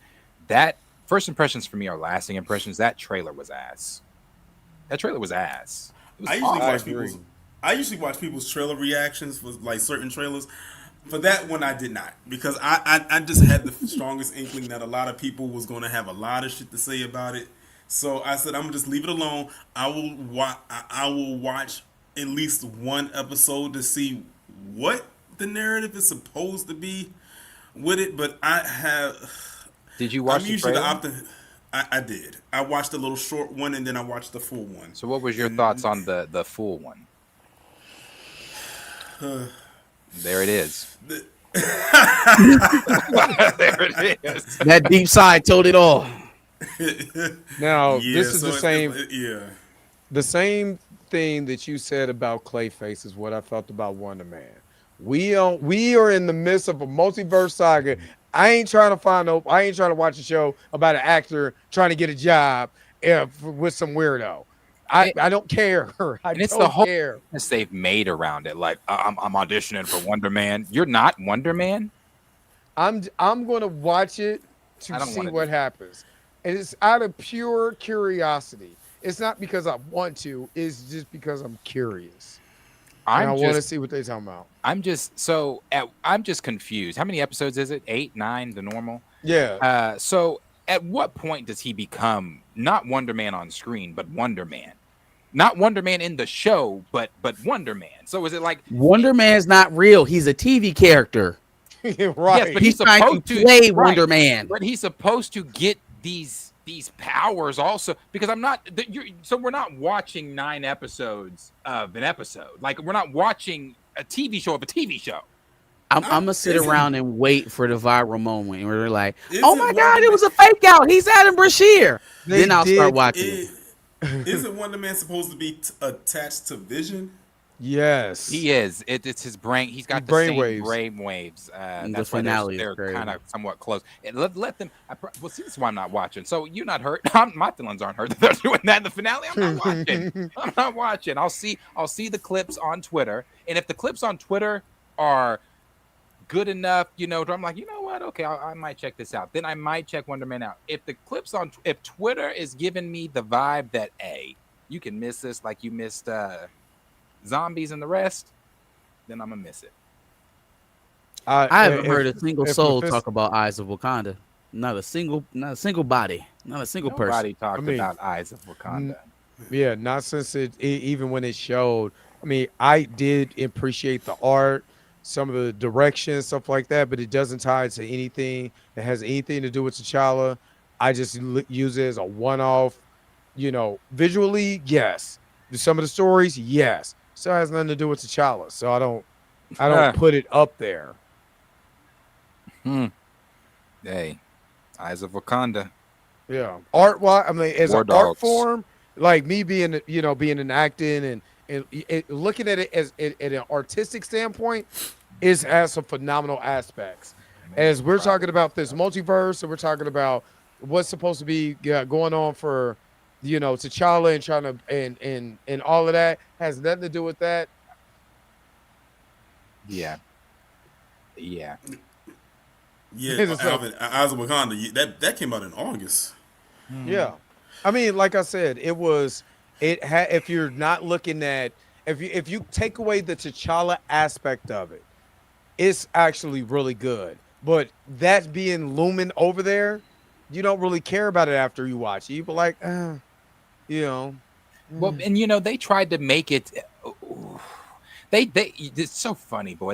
They were so proud of themselves with Eyes of Wakanda. They wanted Eyes of Wakanda to hit so damn hard that they lied to the audience by telling them, "Oh, it fits so perfectly on the timeline of everything right now, and it's going to lead." Boy, that I didn't watch Eyes of Wakanda. you're telling the backstory of a sickle or a hammer.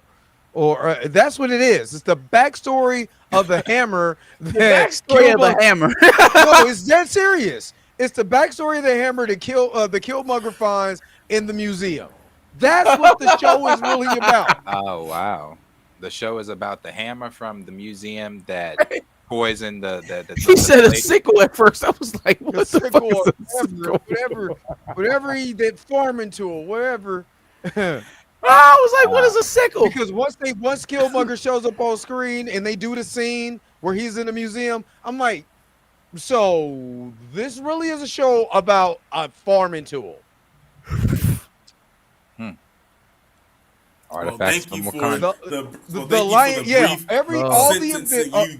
Now I'm glad I missed it. Like I didn't miss anything. so culture. I guess they didn't The lie. first That's how it is. episode, all the first episode, or whatever it was, it had to do. All those episodes got to the point to the hammer or to the object. That's all it was. It just got to the object. Did So did they show the lady getting poisoned with the coffee?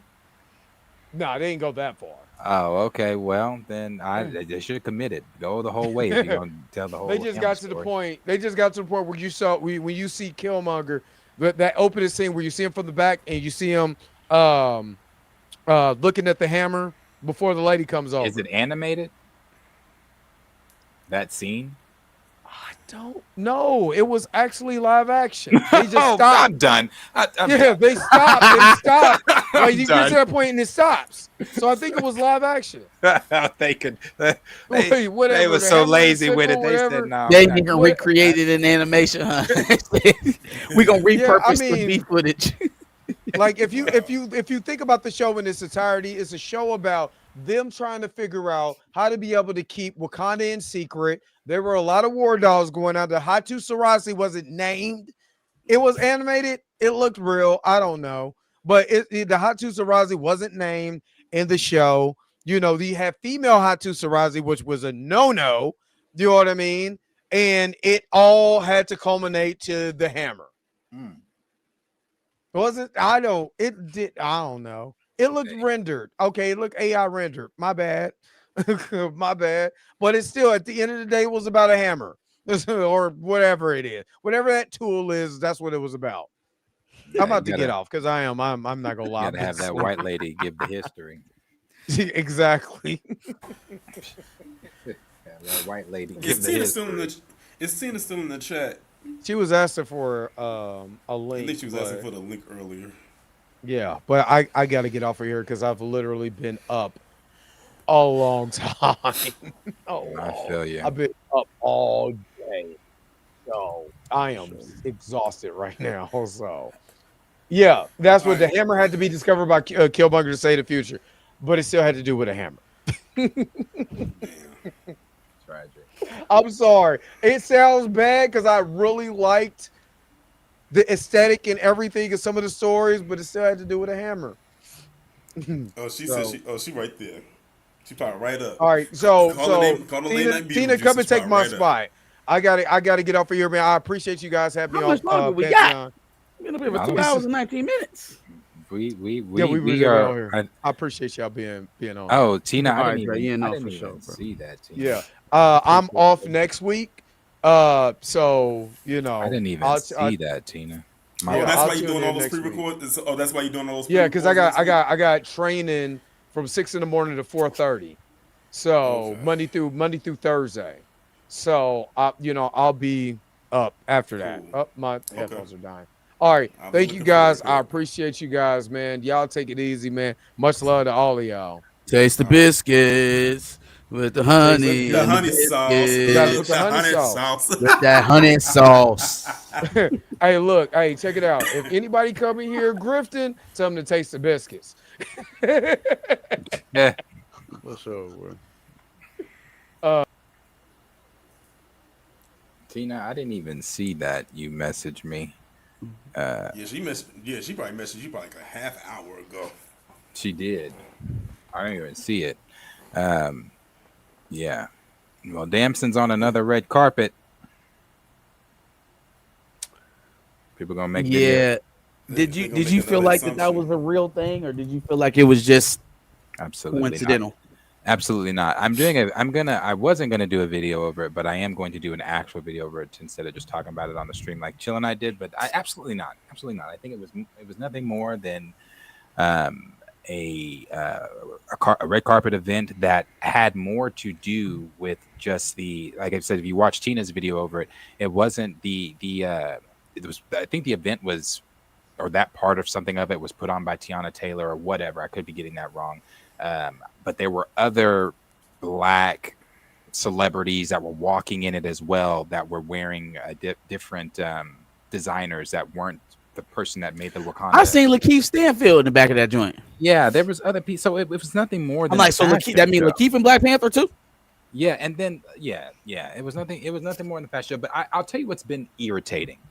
And I when I say this stuff, I never want to make it seem like I am, or any of me, I don't want to say any of us, me, are trying to gatekeep or anything like that, because I'm not. I'm so glad that there are so many people that are just like, but it's just like Emergency Awesome irritates the fuck out of me. Like, I watched his video, and I only ever watch his recast videos just to see what he's either inaccurately saying or what he's just, repeating over and over again to make up the 11 minutes or whatever. But he said yesterday, oh, this was a Marvel and Vogue event. No, the fuck it wasn't. No, it wasn't. Why are you telling people that was a Marvel and Vogue event? Then went on to say some other inaccuracies in his video. Talking about gosh, I mean, he said a few other things that were not accurate in there, trying to place it with that Marvel has recasted him and that it's this and this and that, and I'm like, it's one, it irritates me. I think it irritates me because we have been covering, and I don't want to keep saying we, let me say me. I've been covering this stuff for now almost 5 years on YouTube and wherever else.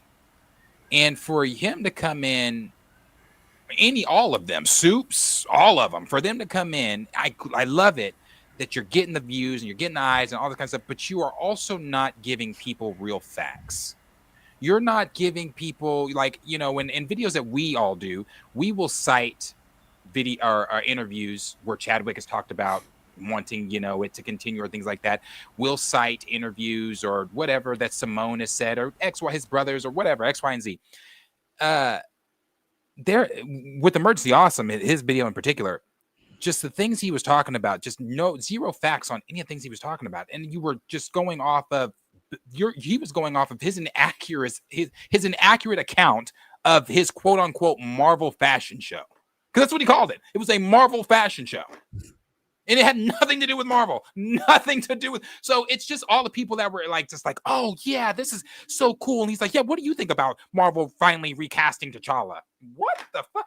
This is the same person that said they shouldn't recast T'Challa. So it's, I don't know. It's yay. I'm glad people are talking about it, but it's just so irritating. Some of these people that do talk about it that don't give the facts. Because the video I'm going to do, I'm going to give fact. Like fact, it was not a Marvel event. Marvel didn't call Tiana. And why would they have Tiana Taylor do the soft launch of T'Challa? Like, I just Obviously, she about to be in the door. yeah, right. So I don't know, but I'm glad people are talking. I really am. I just wish this energy was there 4 years ago. This oh yeah, T'Challa, we love him. Like, where was this 4 years ago? It's just man. And like Soups, he did like a short. He was like, Marvel's finally recasting T'Challa, and like I'm just like, okay, y'all. Hey, all right. Tina knows more about the event than I do, because she knows exactly what they were doing. It wasn't no damn Marvel event. Yeah, I've just been laughing hearing so much inaccurate information. I'm talking about it's been crazy. Just been crazy. Just crazy. It is. I guess it's because it's the level of excitement that was there, because for once they felt like, oh, this is our little beacon of hope right here, because we've been hearing like absolutely nothing involving this character except speculation, so maybe here is something. But I said, don't get your hopes too high. I said, I will believe it when I see that something is in writing and the ink has dried. Then that's when you can, do the pomp and circumstance thing. But until then, this is just like, just a glamorous thing that's happening right now at the moment. And people be claiming they have black friends. Y'all don't have black friends. Y'all don't. Y'all don't have black friends, because y'all don't, when shit like this going on, y'all don't call y'all black friends at all. Y'all They just be talking. They be talking. like Geeky Cast. He did a whole goddamn TikTok and was like, I think they're finally recasting T'Challa. Damson Idris was there with the wife of T'Challa. Oh, I'm like, yeah, what yeah, the yeah, yeah, fuck yeah. is going on? That's it. They all keep Damson Idris, Damson Iguana, Damson Igloo. Damson Idris. They said y'all would cuss Chad ass out. You said he was there with the wife. I guess he was calling Tiana Taylor the wife, and I'm Angela telling you, the mother. I'm like, what?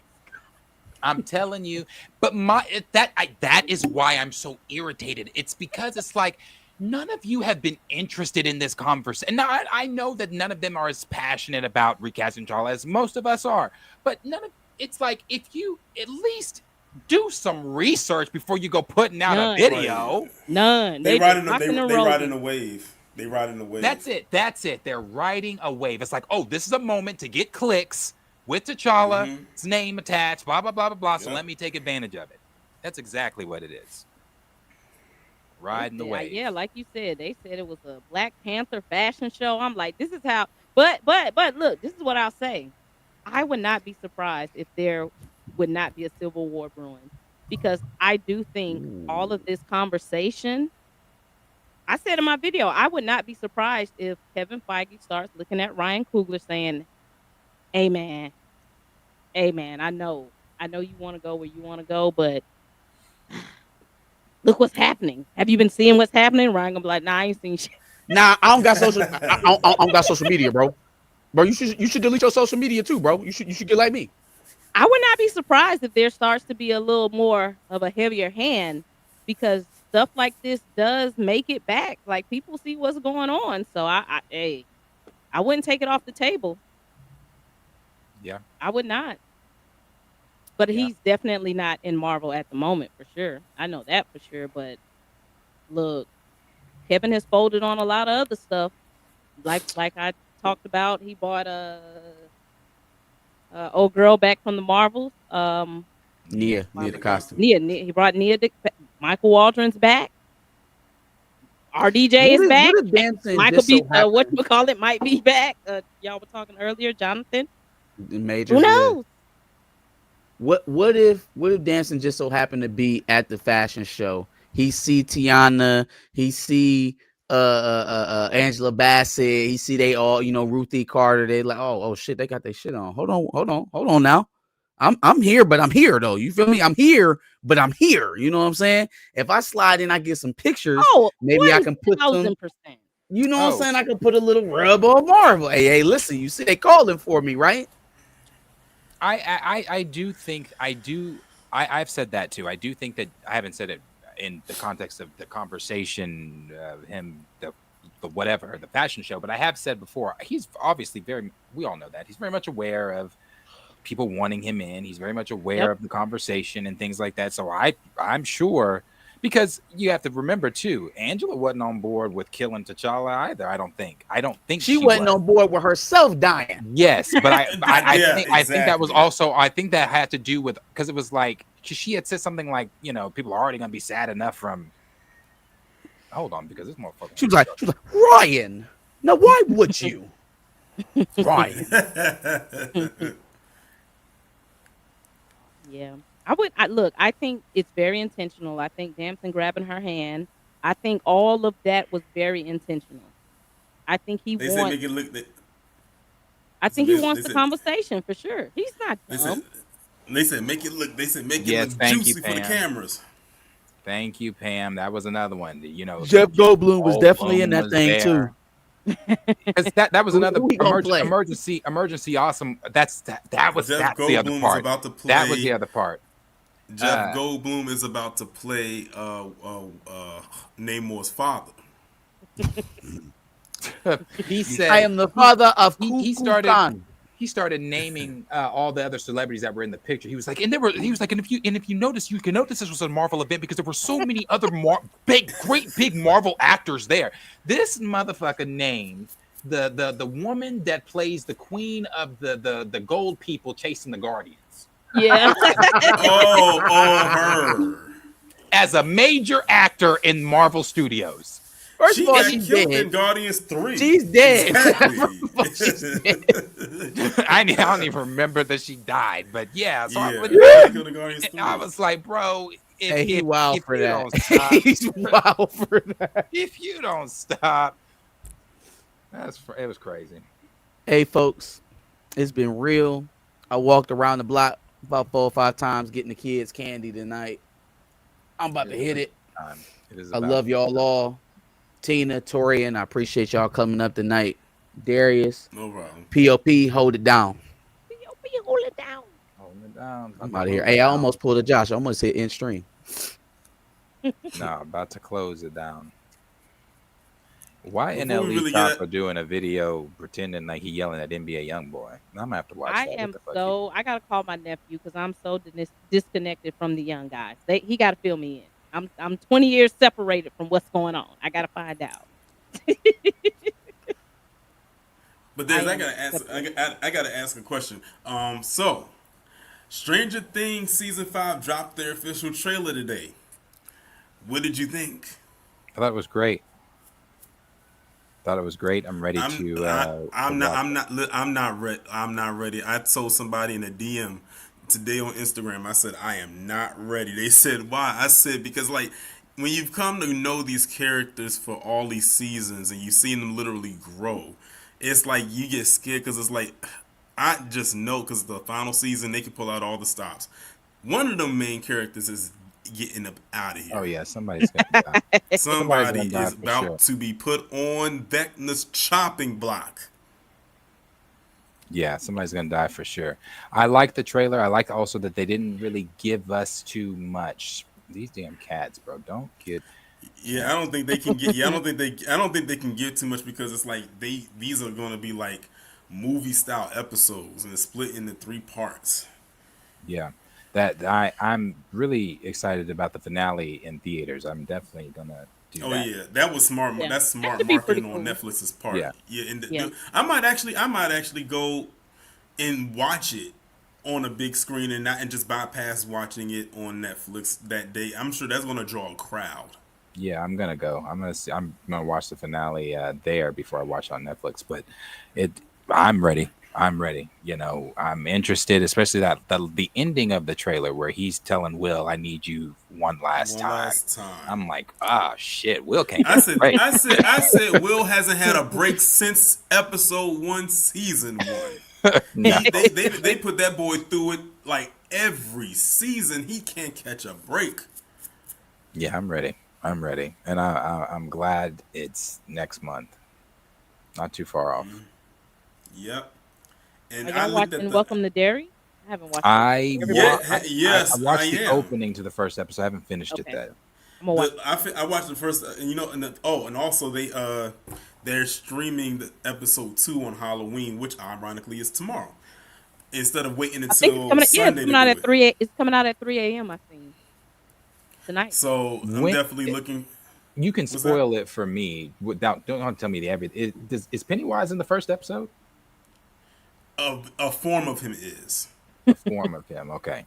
Yeah, not the clown version that we all know him for, because basically it's like with the It Chapter 1, it takes place in the 80s, and then the Chapter 2 takes like 20 something years later. But what they're 27. doing is the year 27, because he's like the Creeper. The Creeper comes out every 23 years. Pennywise emerges every 27 years. So now they're going back 27 years into the 60s before what we saw with the Chapter 1. And Oh, if I you see, look at okay. it, and if you look at it, you can see the connections between certain characters in this show to the ones that we've seen in It Chapter 1 and Chapter 2. Oh, God, and I watched it. and there's a little bit of a crossover, because there's a character in this show that's another character in another Stephen King project. See. I'm not going to say who it is. I'm going to let y'all go ahead and watch it, but I'm going to put it this way. The other Stephen King project is a very popular movie. Very popular movie. I have to check it out. Yeah, but the show was good so far, and man, that beginning was something, but that ending was crazy. I'm gonna watch it tonight. Yeah, that I'ma watch beginning was crazy. I'm gonna watch. I gotta check it out. Y'all really think that- OUT. Yeah, that shit was crazy. Y'all really think they're gonna do a Doomsday trailer in front of Avatar? I don't think it's happening. I don't know. I really honestly don't care. I'm coming there to see Yeah. Fire and Ash. So I mean, if they do it, they do it. If they don't, they don't. It won't hurt me either way. I will be a little disappointed if they don't, personally, because I'm kind of like, this is the Marvel film where it's not like I'm counting down the days for Doomsday, because I'm not. Right. But I'm very interested in how the fuck they're gonna pull this off. So any glimpse of anything that they're going to I wanna see. What they could do is, one of two things. Either one, air this teaser ahead of Avatar, or two, wait until the Super Bowl. I don't even think they're gonna put it in the Super Bowl. Yeah. I mean, we got other movies before that. They haven't even have they done trailers in Super Bowls? Because I feel like last year and the year before they were dropping it before the Super Bowl. Some trailers dropped Super before, Bowl, didn't they? Yeah, they dropped some trailers before the Super Bowl. Like Usually for instance, before, like 7 o'clock. Like for instance, I thought they was gonna wait and drop Fantastic Four for the Super Bowl, but they didn't. They dropped that a whole week before the week of. They wanted because they wanted to drop it on the 4th, understandably. So they had to drop it like a few days before. Even with Superman, they dropped like another trailer before the Super Bowl or something like that. Deadpool did drop it during the Super Bowl. Was it during or before though? I mean, did they actually pay for the slot? Is what I'm asking. They showed that I don't know. They showed it was a tease trailer, right? In the full, to basically say, go watch the full trailer online. Yeah, but that's what they typically do. Yeah, but Deadpool and Wolverine came out in May, so it would make sense to drop that. No, it came out in July. But I'm saying that was that 6 month gap. That makes sense. A year out. Now, if I had to predict for maybe some other trailers they could throw out there, maybe Supergirl or Brand New Day. Yeah, You you don't think definitely you got to don't do think it would, Supergirl and Spider Man. you don't think it's necessary for them to do it a year out? I You think now I believe they should. I don't think they will. I feel like they've already closed their marketing books for Marvel already for the. I think that's why they moved You Wonder know Man. what? They probably said, If they don't show this trailer at Fire and Ash, I'm gonna be honest. I'm just like, to me that then they really are the meme of the dog with everything on I fire. mean, This is I guess you fine. could say, Everything's fine. because I guess you could say because after they teased it so much that they were going to do it, much like how they said, if you want to see the very first trailer, the first full trailer for Fire and Ash, you have to go watch Fantastic Four First Steps, and they actually did it, and it was like the last trailer that they showed right before the movie started, and they let it stay like that for like the first weekend, and then that's when they dropped the trailer online like a week later. but that was that 6 month gap. We're talking about a Yeah. year. I feel They- like Well, they look at closed their marketing. Force to your Awakens. point. Well, actually, they can do it because for Fantastic Four, they dropped the Odyssey teaser in that, and that comes out a whole year from now. But you know that's Christopher Nolan. Christopher Nolan is Yeah. known to drop teasers a whole year Not out from only movies. that, didn't that nigga drop like didn't he drop the tickets and they sold out? Doomsday couldn't do that right now and sell Yeah. out. Exactly, Christopher Nolan. He definitely has built his audience, and he knows what he's doing. He's like a marketing machine, so he Yeah. knows exactly what he's like. I can drop this teaser for Odyssey now, have people talking about it, which people did talk about it, and then let it go by months, and then drop a main trailer for it, and have people talking about it again as if like it like never was not talked about. And then on top of that, think about it. He has two major Marvel actors in his movie that come out the same month as that movie that they're both in. You got Movie's loaded. John Bernthal and Tom Holland in that same movie, and they both come out in the same month. Yeah. They said And that Zendaya. a trailer for Odyssey is supposed to be shown in front of Fire and Ash as well. That would make Hey, sense. We're about I can believe about it. that 6 month mark out. It's just a year. I mean, I think they should do it, but I also feel like they done closed the marketing books for Marvel this year. I think that's why they moved Wonder Man. They probably said we done. Let's start over. Exactly. Let's start over in Let's 2020. put something exactly. Let's put something in January, because when you think about it, December is a pretty packed month. For it to be a December, it's a pretty packed month. And see, I don't even know if I believe this. This was from the Beyond Reporter, October 20th. They said, so Avatar 3 will have trailers for Avengers Doomsday. I sure as fuck don't believe Spider-Man Brand New Day. That's what? Yeah, I don't believe that. I don't think so. Aren't they still filming? Yeah, because you know they Did had I to take a just see break 'cause pictures Tom with Holland had Sadie that Sink? injury. Yeah, Mhm. yeah. They're still filming. Supergirl in the Odyssey. I can believe the Odyssey. Maybe Yeah, maybe Supergirl. Supergirl. Yeah. But Yeah, Spider-Man. because remember they dropped the teaser for Superman in December of last year. Was that the 5-minute deal? No, Or it was that little teaser that when you first see him falling out the sky and Crypto comes to him. Oh, That teaser. yeah. Where everybody was But, like, but oh, once again, Torian, that movie came out in the summer. That was that 6 month Exa- window. So Exactly. We'll see. we'll see. I don't know. I have a feeling that they're probably like, if we're talking about the Super Bowl, they're probably going to drop another trailer for Mortal Kombat 2. I think it would behoove Marvel to do something To do it. Doomsday related. Yeah. I just they just don't have the buzz. They don't have anybody talking about it. Yeah. Oh yeah, I forgot. I forgot. Shout out to Stamina for mentioning that. I forgot Zendaya's in Odyssey too. Yeah. Oh, Yeah, she is. yeah. She is. Yeah. The hell is she? That, in? that Odyssey movie is loaded. Lupita's in it too. There's a lot of Marvel characters in that. Lupita's in it too. I remember having to who read is the Odyssey Zendaya? when I was in damn. Yeah, we read it in high school too. Who the hell You is read it she in high in it? What would Tom say? I got to be in it, and so does I my have no clue fiance. who she- That's what I'm talking I haven't about. I haven't read that. I haven't read that story Doubling in so down. long, and that was such a long ass story. It's That a was long a long. story. It is a very long story. I can only imagine how long that movie is, but Christopher Nolan has been known to make long movies. Oppenheimer was like a 3-hour fever dream, but it was a good movie though. It was a really good movie.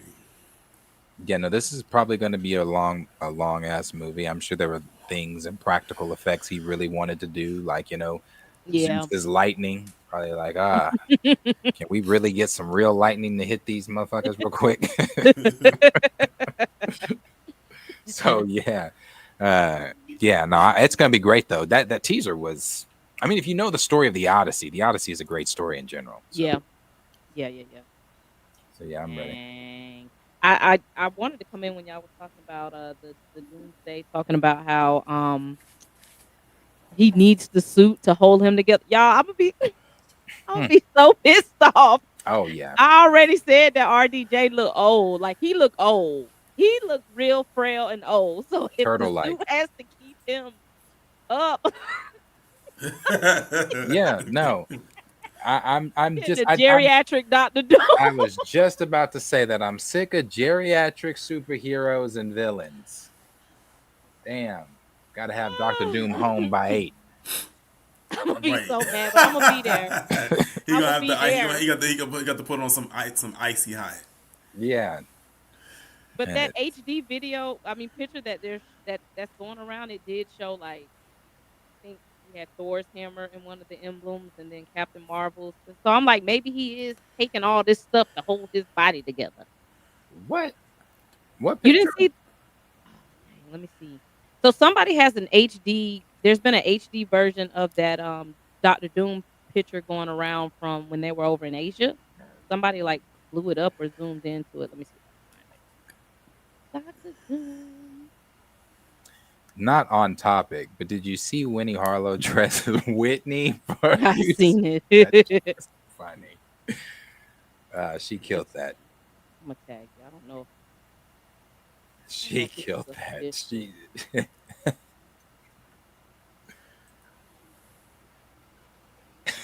So I tagged you in it on Twitter. It's that BET award where she was. Yeah. I was getting ready to ask what version of Whitney did she do. But it's Crack Whitney. When Whitney was at the BET Awards all them years ago, Whitney I has was a lot done. of- I was dying laughing even back then as a kid because I'm like this woman hiked up her gown and came out there skipping. I said Whitney high as a kite, right? I said she feeling good right now. And I said that's the one thing about Whitney. I said we love Whitney. We like sober Whitney and we like high Whitney. Yeah. Oh, Whitney. You better lay low. One of So my at the top of favorite. there, you could see like Thor's hammer I'm in trying the to emblem zoom on the in. right, What the fuck? and on the left is Captain Marvel's signal, and it looks like those are the rings, maybe. I'm trying to zoom in, but I guess I'm fucking it up. Okay, never mind. Are those RDJ's eyes? No. Okay, so I see Thor's hammer and I see Captain Marvel's And then those look maybe the rings. around his forearm. Yeah. They said RDJ ain't even want to wear the suit. Hell no, that ain't his eyes. No, somebody else. I wonder how much that suit weighed. They said like 80 pounds. That's why Ooh. he didn't want to wear it. That's heavy. That is heavy. Shouldn't have took the job. 80 Shouldn't have pounds. took the job. Picking up 80-pound dumbbells is something. Imagine having to wear a whole suit that weighs 80 pounds. Look That's at why all they that gotta shit get in wrapped shape. up around him. That's why they gotta get in. That's why they got it. Like they got them trainers that work out that train with them for like 3 months in advance, so they could wear that material. Between that mask probably heavy as hell. Look at them. The armor. It's probably hot The in that coat. mask too. That coat look heavy. Hey, nigga, for $190 million, Exactly. you better lift that shit up. Yeah, I'll never forget. I was watching years ago when they had this is what I liked the DVDs back in the day when they had the Revenge of the Sith behind the scenes stuff. And the behind the scenes stuff was just as long as the movie itself, and I loved it. Yeah. The actor that they had to play C-3PO, like he was wearing the C-3PO costume and everything like that. It was a part in the making of the movie where he fell over and he couldn't catch himself because of how robotic the suit was, and he ended up destroying a set piece because of it. Like he could not catch himself, and like it's funny because the cast was cracking up as he was falling. He was falling in pieces, almost like how Shaq used to fall back in the day, all dramatic when he would be falling and flopping all over the place on the court. Yeah. See, $190 million. That's why I said $190 million. His face would have been in that Fantastic Four Exactly. post-credit scene too. We have paid you, sir. So therefore, if we need you to show up in the scene here, show up in the scene there, yeah, fully suited. You think I believe RDJ was in that suit on that fantastic? Absolutely. Oh nah, Man, that was not him. I put that with the same lie of Vanessa Kirby saying that was 100% a real baby the whole movie. Like, stop. Yeah, anybody could tell that the CGI parts of Franklin Richards in that movie. The only time that Franklin Richards was 100% the entire time he was on screen was when they went 4 years later into the future with that post-credit scene, and that was a real boy that they used just for the little bit of time that he was on screen. Yeah. So, are we getting like a 5-year time jump? I don't Because know. that little Franklin on the little The tote bag? bag, he looks like he's like 8 or 9. That kid was like 3 or 4. Yeah, I think it's a time jump. Either a time jump or Franklin then aged himself to be 8. Oh God. I don't Or maybe know. because they're in a different universe. Like when they come to our universe, it's a whole like time. I I'll don't be know, there. man. I'll be And the thing is, like, everyone was like, when they saw the Thunderbolts and they saw the Fantastic Four ship come into the main universe, they was like, oh, okay. Then you see this one, it's like, wait a minute, where's the connection? Like, so that just tells me they haven't gotten to that part yet in their universe. Well, It's Feige happening, but it hasn't happened yet. answered some of that. Somebody asked him. He just said, "Oh, what he say? I don't know if that's the Do we know if that's the Fantastic Four in that ship? I don't know, or whatever he Why said. would it not? Then who hijacked the ship then? I don't know. Didn't he say that? Let me make sure I'm saying that right. Because I didn't see that interview. I thought I remember him saying that it was the ship, that it was the Excelsior, because there was like a little Fantastic Four behind the scenes type thing. Child, I don't know. Let's see. Kevin Feige, when asked if the spaceship in the post-credit scene for Thunderbolts is the same from the Fantastic Four, their ship is the Excelsior, and there is a Fantastic Four ship entering the MCU, but I'm not sure it's the same ship. Well, there's that. So I don't know, man. I don't know. He don't know either. No, Man, listen, I imagine filming for this movie is just so insane. I just know it's a wreck. I just know it's a wreck on that set. I know it is. I just know. Oh, you talking about Doomsday? Yes. Yes. Yeah. You said Can you just know it's what? A wreck. Like I bet it's just like no script, changing this, we're doing this, we're doing that. We need you to fly back. You think that's a wreck? Imagine what it'll be like for them when they film in Secret Wars. I think they'll probably have more of a concrete story for Secret Wars on where they want to go. I think right now they just freestyling. They have an idea of a story, but I think it's the reason I believe they done brought Waldron in. Yes, they done brought Nia back in. It was like, hey, what were you? What we need to try to fit some shit together. How was that working where Monica's gone and then we had to go get Waldron and have him come and clean up some shit, and yeah, they're having to pull in people to make this shit make sense, because whatever story the Russos convinced them to take them back on obviously wasn't cohesive enough. Exactly. Yeah. Yeah. So And so the thing is, they glad they got the main filming out the way, because now they said, now that we got all the main filming out the way, what about these reshoots? Because it's going Yeah, to you can be go back and loads of them. yeah. Yeah, they Yep, got to get it connected together. they're 'Cause, doing yeah, those now. Yep, doing those reshoots now, and I mean, hell, I mean, that's I don't take any of the like when Channing Tatum, that motherfucker just happy to be a part of Marvel. But when he says He is. when he's It was talking, written all over his face when he was Gambit in Deadpool and Wolverine. That was a dream role for him. And the thing is, like, a lot of fan casting was glad that he was there too. I was glad he was. I need him to slim down as Remy, but yes, for sure, that suit is tight on his neck.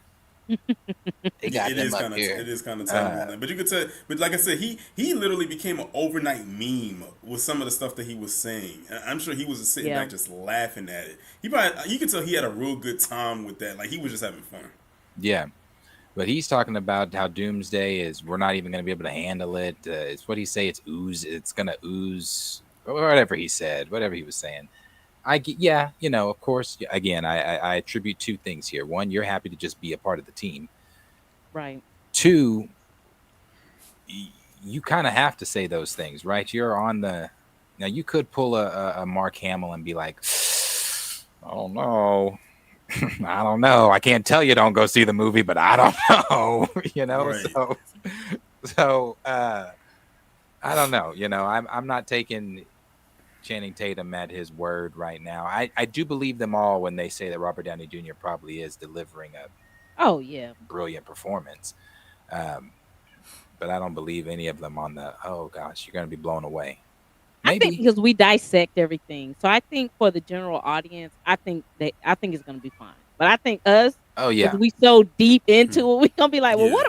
why you did this, and this don't make sense, and what And about the this? thing, So, and the thing is, Marvel at this point they have to bank on this to be successful. Like, they have to. Like, they have no room for error really at all with this movie. yeah. but I was watching Josh, and he was making a good point too over at Dinner Nerds. This was a while back, when he was like, it's not as if, because if, let's say, Doomsday doesn't perform well, they're still doing Secret Wars. Yeah. They're still doing. They're still going to do Gotta all keep the going. other. Yeah, they're still going to keep all going. other It's stuff not like yeah. it's like and he used Star Wars as the example. Look how shitty they're not stopping. Yeah, it's Star gonna keep Wars has going. been in the shit can, in the bottom of the shit can, and they are still. Visions 3, brother, just came out tonight. Visions 3, they're on season 3. So it's like, then you got Mando Grogu that literally no one's talking about. So it's like, they're still making Star Wars.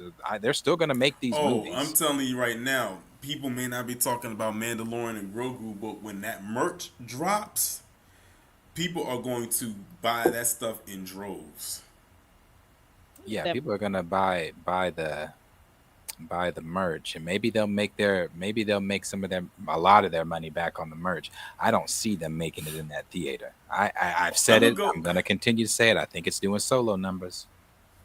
I'm gonna go see the movie just to see what it is, but like a lot of people said, they feel like it's just gonna be one long episode. Unnecessary episode of And Grogu still goo-gooing and gagaing. And I think what hurt it too is because the third season was lacking, like very, very lacking compared to the first two seasons. But then that's to be blamed. I don't care about all this. Oh, it's not Kathy. That's to be blamed on Kathy, because Jon Favreau. If I know, people are forgetting all this old news because now we're putting our direction and angry antennas at Bob Iger. But during the Mandalorian season, after season 2, her and Favreau had gotten into it, bumped heads big time, because Favreau had the whole story planned out where, okay, Grogu's gonna go be with Luke now, and she was like, yeah, but merch. So I'm gonna need him to be in episode or season 3. Not only is he gonna be in season 3, but he's gonna do all this. Yeah. So and then I guess that's where Favreau was like, I'm out. I'm done. After this movie, I am done. He's not doing anything else Lucasfilm related after Mandalorian and Grogu, and I don't believe that that's because him and Bob Iger were bumping heads because he wanted Grogu to go be with Luke. Yeah. That was Kathy. That was Kathy. That was Kathy. So she You got a she super doesn't chat. like Luke. Oh yeah, we do have a super. Let me address this super.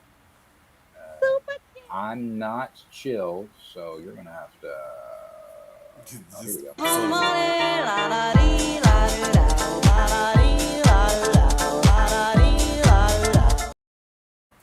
All right, super says from Brian Fisher that says Damson percentage to be the new T'Challa is what? -0. That's you can't do a -0, but 0. I think. Well, I'm not gonna say 0. I'll give it a 5. As of right now, I think it's pretty low for me right now too. I And think like I right said, I don't want now, people to get their hopes up. yeah, I think right now, T'Challa Jr. is coming. I could Mhm. see him playing T'Challa Jr. Otherwise, like I said, I would not be surprised if Kevin starts to really put his thumb on Cougar and say, "Hey, man, when this world resets, there needs to be T'Challa there. Y'all can keep the baby, but I kind of like that Yes, Damson guy as man. T'Challa." That I could see that happening because this Damson thing is like kind of taking legs of its own. But it's like it's so mixed. Some people want him as T'Challa Jr., some people want him as T'Challa. So this is gonna be a Coogler, Kevin Feige dance that's about to happen in the next couple months. Yeah, and that's been one of the things that I have tried to make adamant on my end from day one. Brother, I don't care that child is going to be in it. The child was going to be in it even if Chadwick Boseman would have Right. survived and still been in the child was going to be in it regardless. So I don't care about the kid being in it. That's fine. You want to have Mhm. a little, protege, that's fine. I just need him to be learning from his father who is still there and Right. not dead and blah blah blah blah blah Yeah. blah. So, yeah, you want to do the kid? Great. Have him do a daddy father son Avengers Day, or something, whatever. That's what the film was going to be anyway, because they had titled it or Summer Vacation is what it was under the working title or whatever, and it was going to be they were going to go do some traditional shit Right. in the Wakandan forest, and then he was going to get a dun dun dun dun. What's the sitch? Hey, Yeah. you gotta come to New York or wherever the fuck it is. Hey, I got my son. Bring that nigga because we got trouble. And he was gonna go with him the entire film. It was a father son film. Like And literally and I take the know child to that's work what with it was, but I'm like, even then, Yeah, no, yeah, I feel you. I feel you because even then I'm like, I don't mind the kid being there. I never, I in the all the talks of recasting T'Challa when we talked about the summer vacation working Right. thing, I never criticized it because that wasn't the point. But I do have criticisms of that. It's like, oh, yeah, I don't know how that would have really fared out. A story of him bringing his son along and I think it would have fared, but I'm thinking like 10 years in the future. I'm like, like I where wonder he where can he's going with. participate. Yeah, where are we going with this? Because eventually, unless we always knew Secret Wars was coming, there was going to be a reset, and then you get the storm to try. Because I'm like, we eventually was wanting to see that. So where does this? That's what I wanted to see. I did not know this, and that this could be wrong because this is coming from Emergency Awesome. He says some other inaccurate shit in that video. Nate Moore is coming back to help them with Black Panther 3. Yes, I would too. I need to get my check. I will be there. I'll be on set. Yes. Okay, so then that should answer some more questions. Come on. What? if the man He's coming to finish his damn job. Hey, brother, that is come on now. If that man, if the man that put the nails in the coffin is coming back, he said, I'm making sure you don't take King of the Dead. What? No.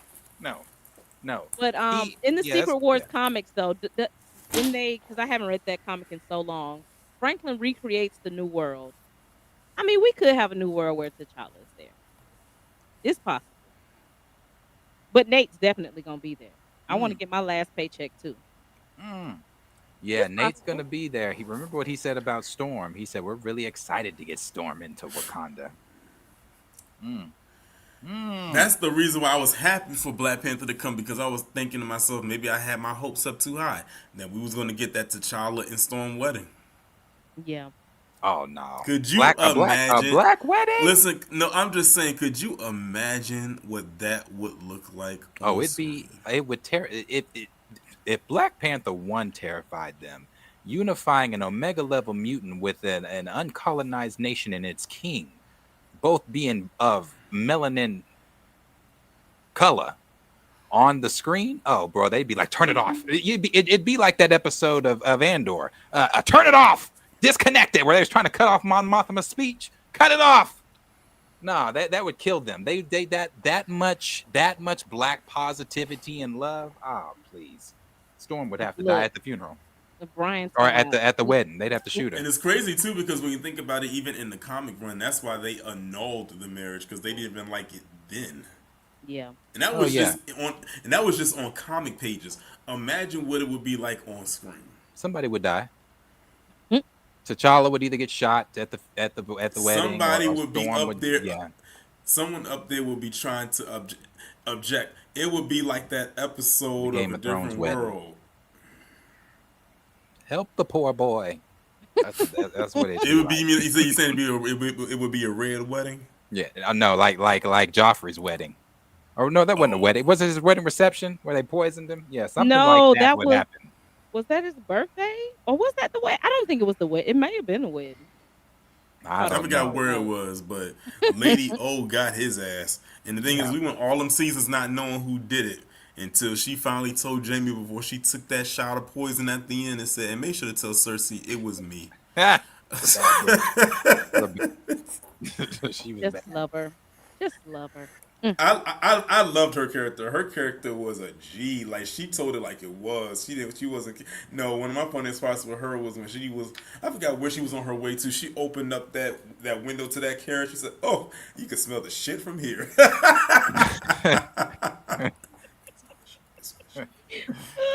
Look, I wish Marcus was here because we was arguing one day on Twitter because I said Cersei was my favorite character. He talking about you hate the best in everybody. I love Cersei, bitch. I will fight y'all about Cersei. Well, we would have to fight. I can't stand Cersei. Let me tell you why I like Cersei. I felt like from the moment you meet her to the moment she dies, she is who she is. She don't change for nobody. She just her. That's just it. She is. I'll tell you what the best scene I loved was Cersei. I think the best scene with her was when she had that nun tied up and she said, "That's fine. I'm ready to die." She said, "Today, now, no." She said, "Oh God, no." She said, "No." She said, "Sir Gregor's your new god. You pray to him now." She said, "Shame." When Cersei had to take the walk of shame through the town, I said it didn't mean much in the grand scheme of things, but it was so satisfying to watch. Look, I was home watching it Yeah. the whole time. I said, she gonna get all y'all. I said it when I watched it. I said, she gonna get y'all. She is gonna get y'all doing my dog wrong. She did. I didn't see the other super. Who's the other super from Chill Strip? And Brian, you keep talking about making Storm gay. Let's don't act like Storm don't, let's don't act like she's not a New York girl. She wouldn't kind of play in the lady pond. All right. That would not be out of Storm's character. She ain't a prude, okay? She's not a prude woman. I don't think I. Oh yeah, when Cersei blew up the church. I think that was the only one. That was crazy. Poor what was her name? Marguerite. Marjorie. I said Marguerite. Marjorie. Yeah. She knew what was up when she Cersei's tried not to get up here. out. Why do you think that is? When she tried to get up out of there, I was like, "Up, it's too late. You ain't getting through all them people. You ain't getting out of there." Oh, Lord. I'm rewatching House of Dragon, and every time I watch, even though she is my favorite character, every time I watch Rhaenys come out the ground with Meleys and not fight fired the Greens up. I'm just like, God, man. And then when she dies, I'm like, you could have prevented your death. All you had to do was tell Maylise Tricardis. She was ready. Maylise was ready. She was ready. Randy Yeah, said, y'all ain't when I gonna saw put that them happen, bodies on me. He said, y'all ain't gonna put them bodies on me. Nope. right. The queen that Brian, never are you was and new never around will here? be. You have a vulgar little mouth, sir. You've been getting it these past 5 minutes. Jesus. You have a little porty mouth. Oh shoot. All right. I think that's everything. We were kind of just rambling on. Nothing else going on. Hold on. I got something for you. Damson Idris. Oh, I see it. I see it. Time. From Time. Damson Idris was asked if Marvel had talked to him about playing T'Challa in the MCU. No. I don't know anything about that. I don't believe that, but he's just talking. But that's interesting. So that adds to what Tina was saying. He's still getting talked about by outside sources that have no connection to Marvel about playing a Marvel character and a character they said they weren't going to recast. So if he continues, it'll be interesting. Is Coogler doing press for X-Files or whatever? See, now I don't know when X-Files is coming because if Black Panther 3 is supposed to come out in 2028, they would need to be in post-production by the end of this year. So are you doing X-Files and Black Panther? I mean, pre-production. Are you doing X-Files and Black Panther in the same year? Something's going to get pushed. I would feel like it would have to be X-Files. But yeah, I imagine when it comes out, he's going to do press for it. He's going to sell it, of course. It's his. So then when he does that, whichever's coming first, it'll be interesting the next time he sits in front of an interviewer, because he's definitely if they don't ask him this, because people were dancing around it the last time. Oh, who recast? Nobody ever Charlemagne. Nobody ever said Damson to him. I want to know who's going to be the bold interviewer that's going to say, okay, have you heard this Damson Idris talk? What do you think about Damson Idris as T'Challa? Would you cast him? Hey, man, I don't know. We got to talk about it. I don't know how he's going to do, but somebody's definitely going to ask him about that. I mean, this is Damson's now talked about this on Good Morning America, right? Wasn't that Good Morning America? Time he's talked about this with the Breakfast Club. And there was another. Why is he doing an interview with Time? I need to pull that interview up to see what's going on. I mean, look, when press for Doomsday start, if we don't get to hear from Coogler before then, I mean, you'll get to ask Shuri and everybody. Yeah.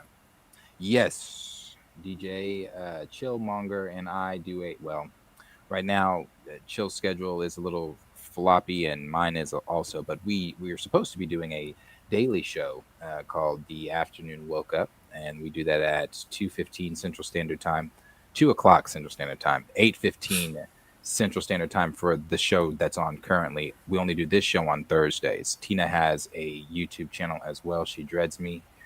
You can check her out, and so does Torian. Torian Rain Reloaded. He has his YouTube channel as well.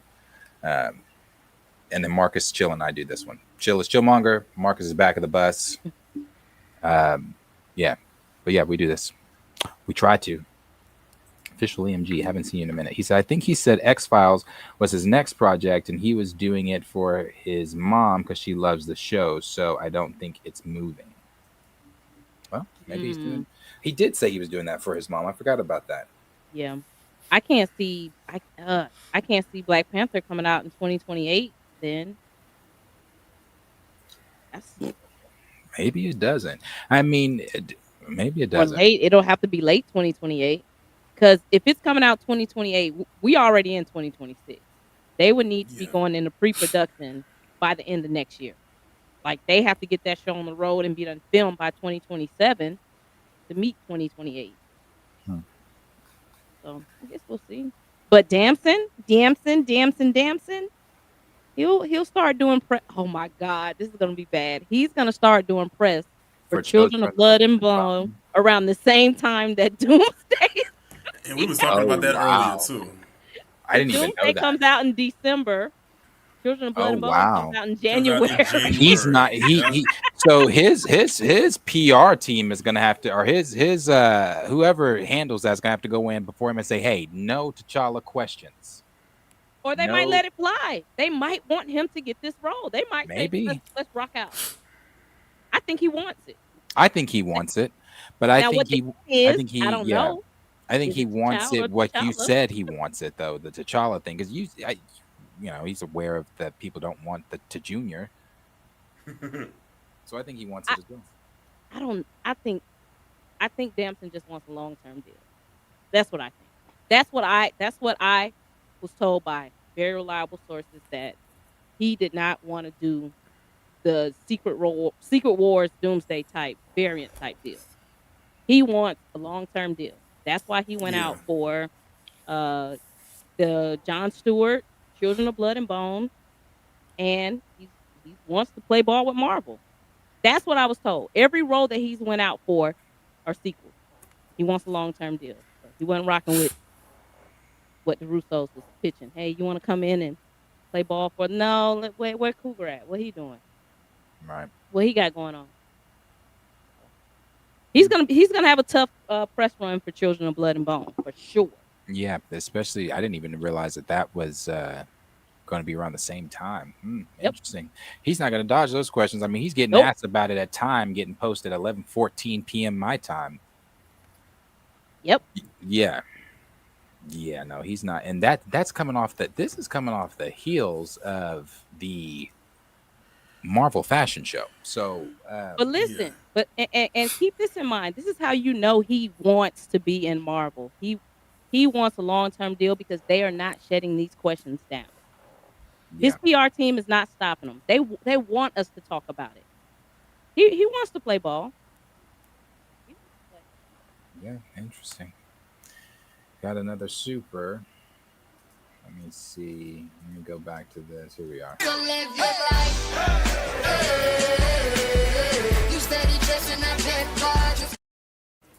I am too fly. Cam said, separate question. Will Trump run again in 2028? Lord knows he'll try. Oh, I feel like, I mean, He might just not leave. Hell, they already are basically. That part. He's He's sporting. trying to see that ballroom through to the end. Yeah, he's renovating a house he's renting. He's that stuff. You know what? I'm gonna be honest with you. This just make me un-American. I don't really give a fuck what he's doing to the White House because it doesn't affect me. I don't care. I don't care. I care about the other shit he's doing because people talk about what rose garden. People crying real tears over a rose garden you probably have never gardened in. But that's neither here nor there. But I think as far as the 2028 shit, yeah, he's sporting. He's showing hats and things for 2028 and Trump this and Trump that. When he had the members of from the UN, some of the members from the UN at the White House, he was showing them the hats, Trump 2028. Steve Bannon is talking like, oh, no, we have something in place. And I truly believe him when he says that, because these are the same people that said Project 2025 was not real. And lo and behold, they came out and said, surprise, it is real. And we knew all about it. And we're implementing these things now. And they truly are implementing everything that they said they were going to do. So when they say they have a plan for him to run in 2020, I believe it. Will they be able to execute it without it? I really don't know. Stacey Abrams, I think it was Stacey Abrams that gave the 7 or 10 steps to autocracy, and we are literally living in those steps. So I don't know. I don't know. I have no clue what's going to happen. I have no How old clue is what's he? going to happen. Damn. He's near 80 or 80s, early 80s, maybe late 70s. You know what I said? Because everything is, it's sad that everything, the stuff that's going on is it's now just become the new normal. Like, not to say that I've given up hope or anything like that, but it's tough, man. The things that they are doing, some of the it's tough. So it's just like I've said this though. If they drop, if ever those Epstein files ever do come out, I don't know that even matters anymore. It's like No, I don't. It doesn't. I don't think that even matters people don't because care. I think we're gonna get to such a place with this weird Trump administration and the people that support this administration too. It's very the people. For those of you, even those of you that are in the chat, I don't give a damn. Those of you already know my position on politics and Trump. So I'm going to say what I'm going to say, and if this hurts your feelings, you can unsubscribe. Those of you that are supporting him, these are your feelings as well. When you are supporting this man and you are out here advocating for this man, fighting and arguing people tooth and nail on Twitter for this man, you support his ideas, you support those views. So when he says, if those Epstein, I said all that to say, if those Epstein files do get released and it does show that, hey, your president, the person that you are fighting tooth and nail for is indeed a pedophile, that is going to also become something it's not that bad. It ain't that big of a deal. Yeah, it's just hey. Yeah, where are the parents? It's not that bad. And also, guess what? All right, so it's officially 12:42 a.m., which means it is officially Halloween. Does anyone want to know what's going to be happening at 12 a.m. midnight today? No. Those SNAP benefits get cut off. Oh yeah, that part. Yeah. That part. I'm not. I so received at mine. at 12:01 a.m. 11/1/2025, your SNAP benefits are done until they decide to open this government back up. And it's not as if they can't be. reach into the emergency funds and fund, but you rather be giving money to Argentina. You rather be giving money to this ballroom instead of feeding the American people that you campaigned on, saying, "Oh, they damn one, I'm taking care of America. I'm doing this. I'm doing that." You're not taking care of America. Nope. So I'm so bro, and it's exhausting because it hasn't. We got 3 more years. Hasn't it been a long year? It hasn't been a whole year. It Oh hasn't been a whole year. That's the thing. It hasn't been a whole year. It hasn't even been a whole year since the election. That's the crazier part. Yes, and my thing is this: I keep saying, like, even if because they've been talking about his health issues, even if something was to happen with his health issues and he passed, it's like Hydra. Cut off one head, 2 more will come. It doesn't stop. It doesn't stop. They are all the sycophants over there. They are all so twisted and corrupted. It doesn't stop. It doesn't stop. And if Mike Johnson gets on national television and says he hasn't seen one more thing as a Speaker of the House, I'm gonna lose it. I'm gonna lose it. I'm over it. So yes, I am too fly cam. I do believe he's gonna be our dictator in 2028.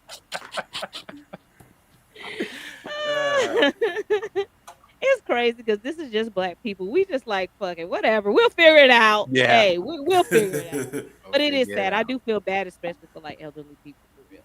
You know what's so crazy too? You know what's so crazy too is because I was doing like I'm in the midst of I'm on leisure, which basically means I'm away from home, and I had to take a flight to get to my destination, and I'm just sitting there saying, I'm going through this airport and I'm watching all these people basically do volunteer work.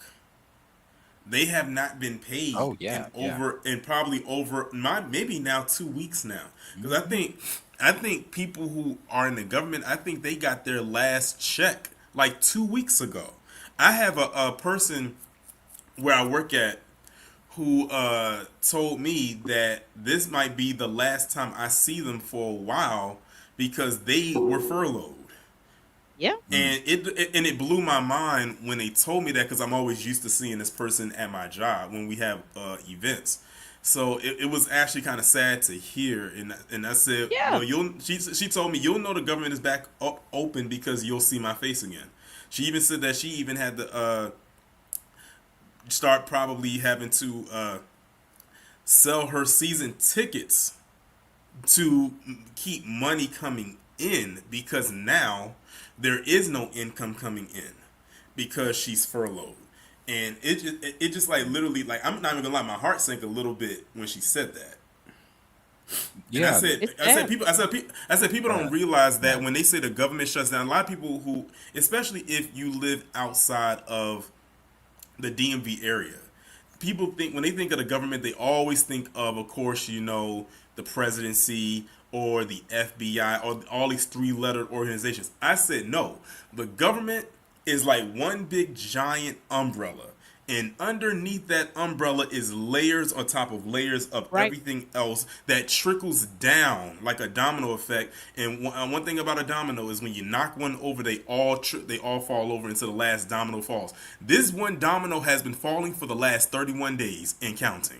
I With no mean, when end he in sight. came in, they started laying people off. Like this is supposed to be the administration of, like you said, there is America first. We're bringing jobs back. We're getting the immigrants out. Y'all Yeah. been laying people off the whole damn. Did year. you see? Did you Sad. see how many? Did you see how many people got laid off from Amazon? Oh yeah. A bunch of businesses? A Amazon, whole like, bunch the of whole UPS, and they said that, UPS. and they literally said that they are replacing them with AI and robots. Those are their words. They said by 2030, like that's what it's going to be. And see, the thing about this administration has been very obvious, and this goes back to even the Ellison conversation with WB.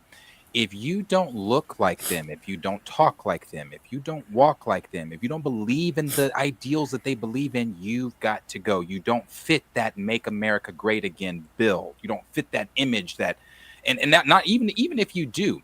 Now, like the black folks that are tap dancing, they look at you as nothing more than a superior pet. But you're out there tap dancing for them, thinking that you can assimilate with them. They don't really give a damn about you. They don't give a damn about you. You fit into their ideal because you are nothing more than that pawn they can send out there. Like what he say? Look at that. What did Trump say? That look at my black, my the black. blacks. Yeah, The the blacks. blacks and this and this and that. So yeah, while simultaneously trying to erase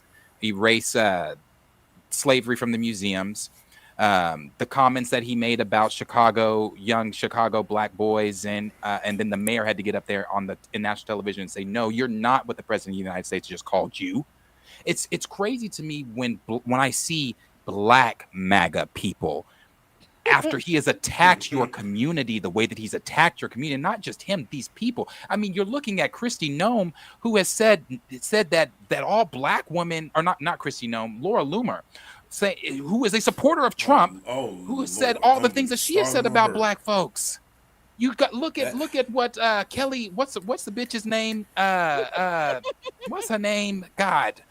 She has a podcast too. Charlie Kirk Kelly, Megan something. Megan Kelly. Megan Kelly. What she was saying about the comments she was making about Obama, it baffles me. And then I know black folks that are like, but that's my party. And I'm like, what the? Is it a mental illness? Is it self-hate? I'm curious. What is it? And I could go on. Because this is real life stuff. I talk about this real life stuff every day. You have JD Vance calling 30-year-olds kids after what got leaked in them Republican chats. Look, and Brian, let me say something, Brian, you're in the chat. Democrats don't give a damn about black people. They think they can roll out Cardi B and Meg Thee Stallion and get your vote. I guarantee you, if Kamala would have won the race, we would not be here today with people about to lose their health care and food. Yeah, that's all I have to say. Yeah, no, I wouldn't be having conversations with my grandmother who has had her checks cut. I wouldn't be having conversations with my grandmother telling me that, hey, if things don't get better, the government doesn't open back up, and I don't get my money and checks and things, I might have to do my oxygen from my car. Yeah. So no. So no, I don't want to hear that shit either. Yeah. Everybody's situation is completely different. Yep. Just do I think Democrats, yeah. Oh, go ahead. Do I think Democrats and Republicans, does any party really care about black people? No. But I do think we would just be in a different situation today. Yeah. That's all I'm saying. I think I'm not saying that we would be in this utopia, but we sure wouldn't be in hell. Because this is hell. I've done several deep dives on the similarities of both of them damn parties, and that's exactly why I said they are two wings attached to the same buzzard. They are. Yeah, they are. I agree, but I just think we'll be in a different place. A different place, a better place. But I said, you got to vote. I said you got to vote in your own interest and not in spite of it. But yeah, we in for a bumpy ride, y'all. Like I said, it's only Halloween. Well, for some of us, Look, it is and it's October only 31st gonna for get some of worse. us. That's why I just told Lawrence. I don't know Oh, yeah. where this world is gonna be in 10 to 15 years with this AI bubble. I've been saying it for years. It is the scariest thing I've ever seen in my life, honestly. Like, I'm really scared on what is this world gonna be 10 to 15 years from now with AI coming in just decimating jobs, decimating them. What are people supposed to do? You can't tell them to go to McDonald's anymore and get a job. Exactly. I don't know if y'all saw it, but it's somewhere in Texas. They had like like McDonald's first fully almost AI store, like literally, like it was fully ran by robots. Where's people supposed to work at? What are they supposed to do? Everybody can't be a plumber. Everybody can't do all these, you know, it's gonna get real shaky and dicey. And it's sad because I grew up during the time where they say go to school, get your degree, you'll have a corporate job. They cutting corporate jobs. Now the ice cream machine isn't broken. I actually learned it's not the ice cream machine is broken. It's because they don't want to clean it. That's what it is. I actually learned that from somebody. They said it's not that it's broken. It's because they don't want to clean it after they're done cleaning it for the day. They don't want to have to use it and then have to clean it again. They just use the excuse of it's broken, so people they'll believe that broken line more often. But yeah, that's their reason. It's not broke. Yeah. And then, see me being here in backwards red state fucking our cousins, not our fucking they cousins, Oklahoma. They're starting. The first one is going to be in Mustang High School, the Turning Point USA chapters at these high schools. Oh. And I'm like, what the? Isn't that from y'all former superintendent? Now former superintendent Ryan Walters, the one that got caught watching the porn on. Yeah, yes, yeah, the corn. Yeah, that's right. Yeah, him. That's from him. And and then he just resigned, and now he's trying to go after the teachers union or something like that. Yes, I said that guy is a clown. They are so. And then our governor got on television today talking about some, we're not gonna. The government is shutting down, so that means Oklahoma, you do not get because of the Democrats, because our governor is Republican. Because of the Democrats, our government still shut down. They're refusing to negotiate, and since they refuse to negotiate, this is where we need Oklahomans to be a neighbor. Check on your neighbor. Check on your neighbor. I tell you what, knock on my door and check on me if you want to. You better be checking on me with some goddamn money. Don't knock on my door talking about, are you okay? No, we ain't okay. No. No. Talk about a neighbor being a neighbor. What the fuck is that gonna do? We all just gonna be just collectively hungry together? Because what are you talking about? He said food banks. Them food banks are gonna be empty on the 1st. Them food banks gonna be empty them on stores the 1st. are gonna be empty on the 1st. They told them people, look, if you got SNAP benefits, they about to get cut off. So I can only imagine these stores are probably at just as packed this whole week as they ever were on the 1st of the month. Yeah, and you about to have a lot of people stuffing waistbands, purses, backpacks. Yeah. I bet some of them stores probably look like how it was when they say, look, it's a big storm coming. Oh yeah. Go and get as much as you can. That's probably what they. And that's also assuming that people had stamps left over from October. Yep. That too. Because some of them got depleted.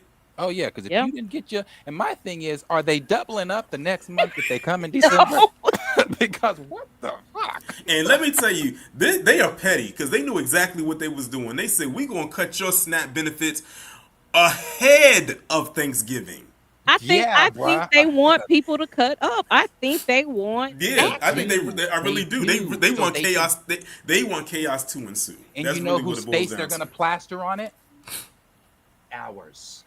Because they already have this narrative that it's our folks that are eating up the SNAP benefits. It's our folks that are on government assistance. So when they see our folks stealing and stuff like that, they're going to say, look, we told you. This is why Trump is sending the National Guard in, because they're this and they're that and they're they're dangerous. They're stealing. They're thieves. They're ravenous. Darius, I'm glad you said that because I was on my Instagram story today and somebody posted up news clip, or what was seemingly a news clip, where they were interviewing this black woman, talking about food stamps and being cut off, and her like getting like $2,500 or something like that in food stamps. And then of course on Twitter, literally this woman is on there talking about like how were they getting all of this money and stuff like that for food stamps. Turns out that was a whole AI video. Look, that's what I be telling people. Some of this stuff don't be real, bruh. Like some of this stuff is chaos, like being created. This stuff is crazy, and it's only gonna get worse because Yeah, it's AI only is gonna get getting worse. so much better. I seen somebody post, one of the Congress people. They said if you make $60,000 or more a year, you're probably paying $1.50 a month for SNAP benefits. So all these people walking around, I'm paying for everybody food stamps. A lot of people don't even make 60, but if you make 60, you might be paying $1.50 a month to go And that's towards what the they SNAP program. and that's what they don't like to tell people. A lot of people who are getting food stamps actually work. They work, yeah. It's not even all the people that are just sitting on their ass all day not doing anything. It's a lot of people who have good paying jobs who get welfare check, like get SNAP benefits. I'm in Florida. They make you work. You got to work down here to get it. So as of next month, I would have quit working corporate. I haven't worked a corporate job in a year. Thank you, Lord. I'm happy, blessed, and highly favored. I'm free. I feel free. But before that, my last corporate job type deal, if you even want to call it corporate, was I worked for the government. I worked for DHS. Yeah. And so my job was literally SNAP benefits. My job was intaking either you already had SNAP benefits, or I was helping you fill out an application or whatever. You'd be surprised at some of the people that do get SNAP benefits, and it's not because we're poor, this and that. Some of these people make good money and still get SNAP benefits, but it's kind of, it's based upon how many people you have in your household, children, this and that, blah blah blah. So not everybody is poor on these SNAP benefits, but also it's also not obviously, I can't tell everybody's race through the phone, but you can tell when you're talking to a brother, when you're talking to a sister, when you're talking to somebody. A lot of the time, and I can see your race on my side of the screen anyway. A lot of the time when these folks are calling in, it is white folks. Yeah, it's white folks. It's white folks on SNAP benefits, on government assistance. They're going to spin the narrative to make it seem like it's us, though. Come when all this shit, because it's gonna happen, when all this looting and crazy shit starts to happen, because it's gonna happen. You're taking people's SNAP benefits away before the holidays, and it's not even the holidays. You're taking people's SNAP benefits away. Some of these folks are single moms with 5 kids that don't make it home in time to make a full meal or whatever, so they're relying on those SNAP benefits to feed their kids through and that's school. Yeah. Our Head Starts are shut down here. That's sad. That is sad. They shut down Head Starts here. And my wife does hair, and she was just telling me about how one of the principals like brought 3 kids in with her and was like, their parents had to go to work. So I'm like, bro, this stuff is like, it's sad. I don't like when stuff affects elders and kids. Yeah. You know what I'm saying? That it's just sad. Like I said, like we said, it's a trickle down effect. People think that it's only like at the top, but then they realize, and you know what it is also too, going back to the food stamps, because of the narrative that has been going on over the years, and I take that and I attribute that back to when Reagan was in office, when that's the one who concocted that welfare queen title. He was the one that came up with that.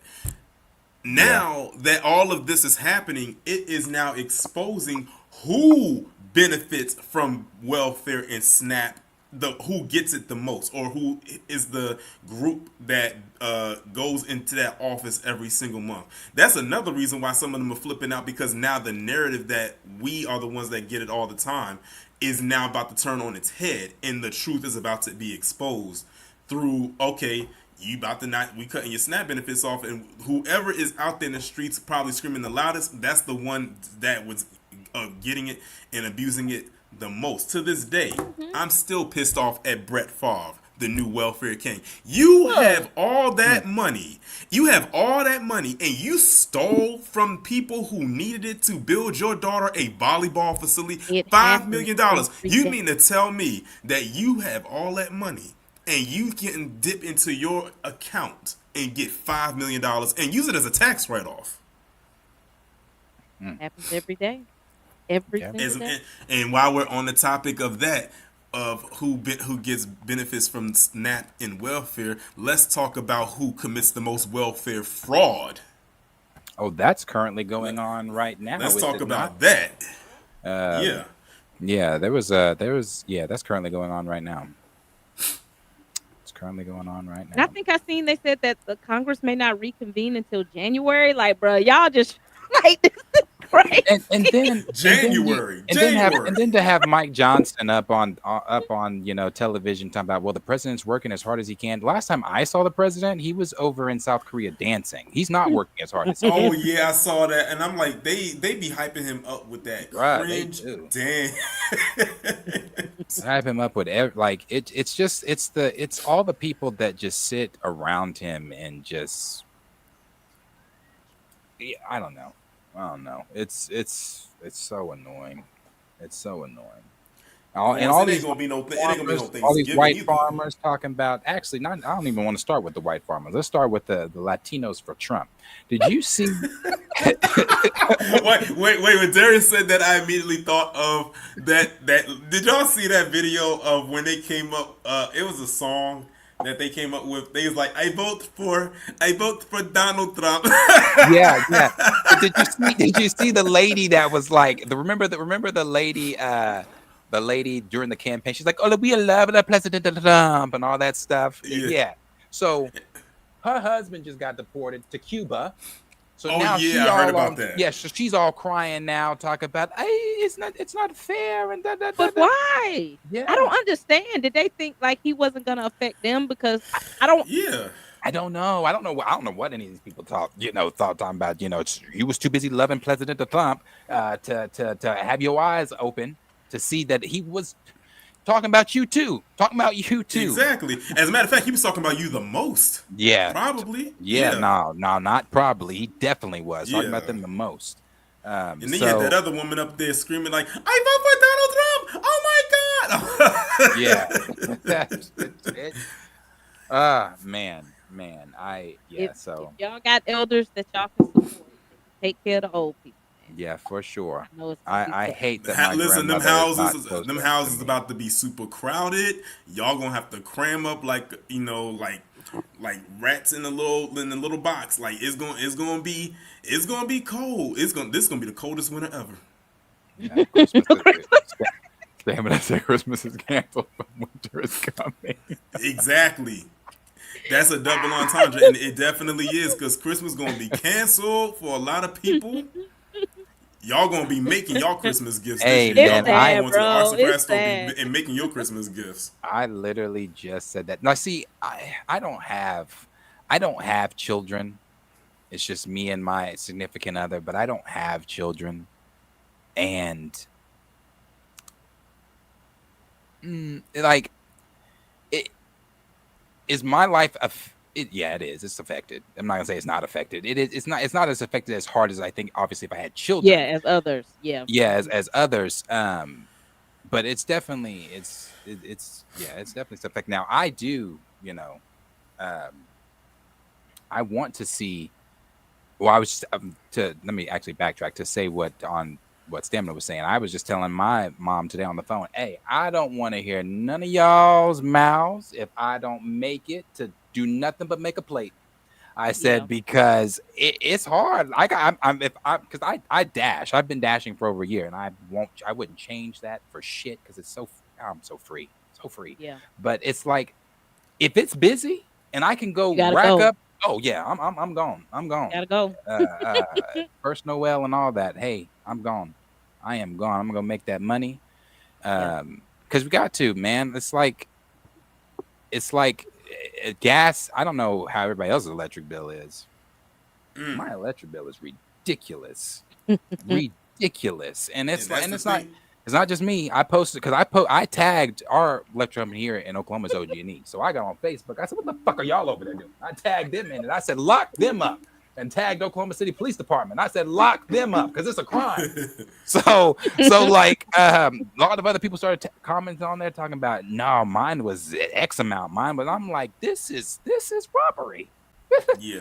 This is And that's this the is thing. crazy. And that's the thing. And that's it. And I was telling other people, I said the government shut down, you ain't getting paid, but guess what? The electricity still got to get paid.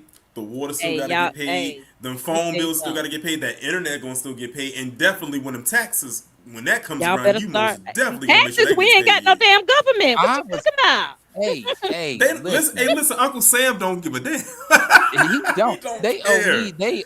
So I'm waiting on a government check from my Refund. That's what taxes. I'm saying. The Yes, government I'm ain't still getting waiting no on. damn And so taxes. yeah, my tax lady, we kind of, I know it ain't her fault. I know she ain't the government, but we talking about a big lump sum. I'm like, hey, where's my shit? She's They talking laid off half of the IRS people. They when Elon came in, they were slimming the fat, and I'm like, y'all just be doing too much. and it Y'all and be it, doing it too much. is it is because of that, all the people they laid off at the government. Like when I went up to the physical office we have here in the city, because I was like, okay, look, I'd have been on hold for 4 hours, ain't nobody It's answering crazy. my fucking call. So I'm like, let me go up here, let me make an appointment, go. So I went up here. I went up here, sat on the phone with them for 4 hours a day prior. Went up here for 4 seconds for him to tell me, "Oh, well, if you haven't gotten it yet, and the government with things with the government looming a shutdown, you may not get it." I said, "May not what? May not get it." Yeah. So yeah, it's And that's the Listen, thing. They know playing with people's money is going playing to with be people's money. that's going to be that's the one right there. Like you don't do that. Like especially when like you said, when you have extra mouths to feed. Even if it's just you, that's an expense. But then when you add in other people, They then don't you are care. dependent on it. Exactly, they don't care because it's not happening to them. let me tell Exactly. you. I look at it. I look at it because I told you I'm rewatching House of Dragon. You know how they was starving the towns folks, and they was up Yep. in the castle eating good and shit. Congress is eating good. Town folks are starving. They didn't close Yep. the gates and shit. Renera. Look, but you saw they was intentionally doing it. We finna cut all the food supply off because Yeah, they and gonna that's get agitated. We finna cut it off. and I think that's what makes Yeah, this one worse. Because remember, we dealt with the shutdown in his first in term, his first term. but it didn't get to the point where they were cutting off food banks and food Yeah, because stamps. It didn't get to that point. they went into the emergency fund. They don't want to do it now. Let me tell you, if y'all are in this chat and y'all are affected by the government shutdown, call y'all peoples. Call the cable company, the light company. Sometimes people have programs set up. Don't stress yourself out. If you can't pay it, you can't pay it. Call them and tell And them. listen, and listen, if you got to cut a streaming service off of two, then hey, you got to. Hey, I've already, man, I'm already there. I just turned my Max back on because I wanted to watch Welcome to Derry. I had that thing cut off since the season finale of The Last of Us season 2, so I I had it off for months up until this past Sunday. I cut Disney Plus off during the Kimmel shit. I just ain't been able to afford to get Ain't it got back it on back. yet. Now, not only that, I'll I let put it y'all on in on a pause. little Pantheon secret. The reason the thumbnails has been so crazy is because I'm not paying for Canva right now. Right. It's like, bro, I gotta decide. Like, Figure it out. yeah. So yeah. I mean, shit's expensive, but you gotta do what you gotta do. I'm It's picking a and choosing reason why. on what I'm gonna pay. It's a reason why. Hey, listen. If you want to watch, I'm gonna give y'all another little tip. If y'all do want to watch some shows, from from whatever, y'all better subscribe to some of these reactor channels that watch these shows so you can watch it uncut. I'm telling you, you can get a better subscription deal with them than you can get through these streaming services. Oh, you're Hey, talking about like I, joining somebody's. Yeah. like Patreon. I would Uh-huh. pay that listen, pay $5 a month to watch it uncut with them, with the commentary and everything, rather than paying $20 a month with ads. And they You might can say, "Oh, we're also still going to throw an ad on here because it's not premium. The premium is like an additional $20." you can also use those sites. I have a site that I use where I That watch. too. Yeah. Methods or get that other one. What was it? The VPN. Yeah, the VPN. Yeah. Nord's VPN. Man, feel bad. Yeah. And Lawrence is Like right too you, I about the ain't got no Discord. Some people be kids, having, so and that's true. So like some people do be having watch parties in the Discord, and that's yeah, completely free. You just got to be in yeah, the right Discord. yep. I know in the Discord I was in, they was watching Silence of the Lambs the other day. Damn. Mm. We hit this last super from I am to fly Cam.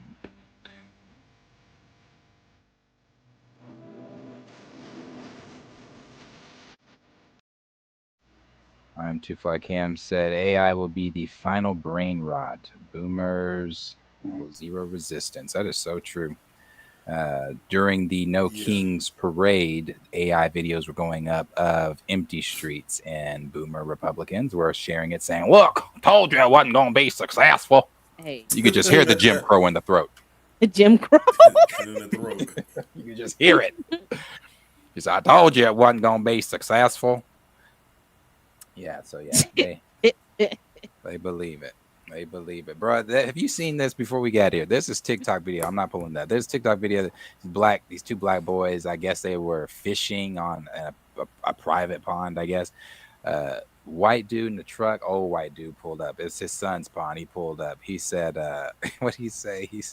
How did he say it? He said, "You know whose property this is?" And they said, the state." They said, "State? This ain't no state." He said, "This is Jim Taylor's property."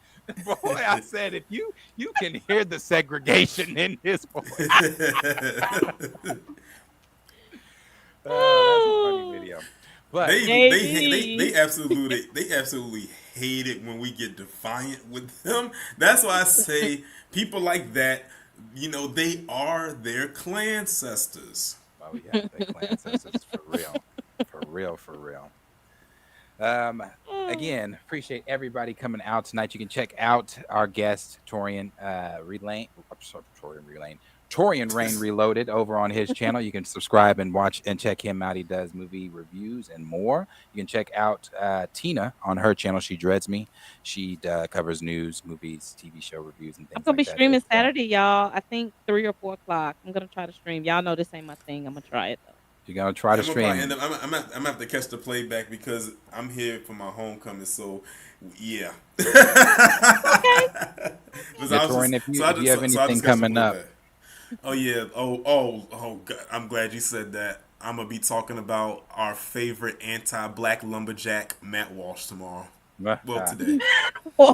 He up there. He up there crying again, talking about how the N-word has become.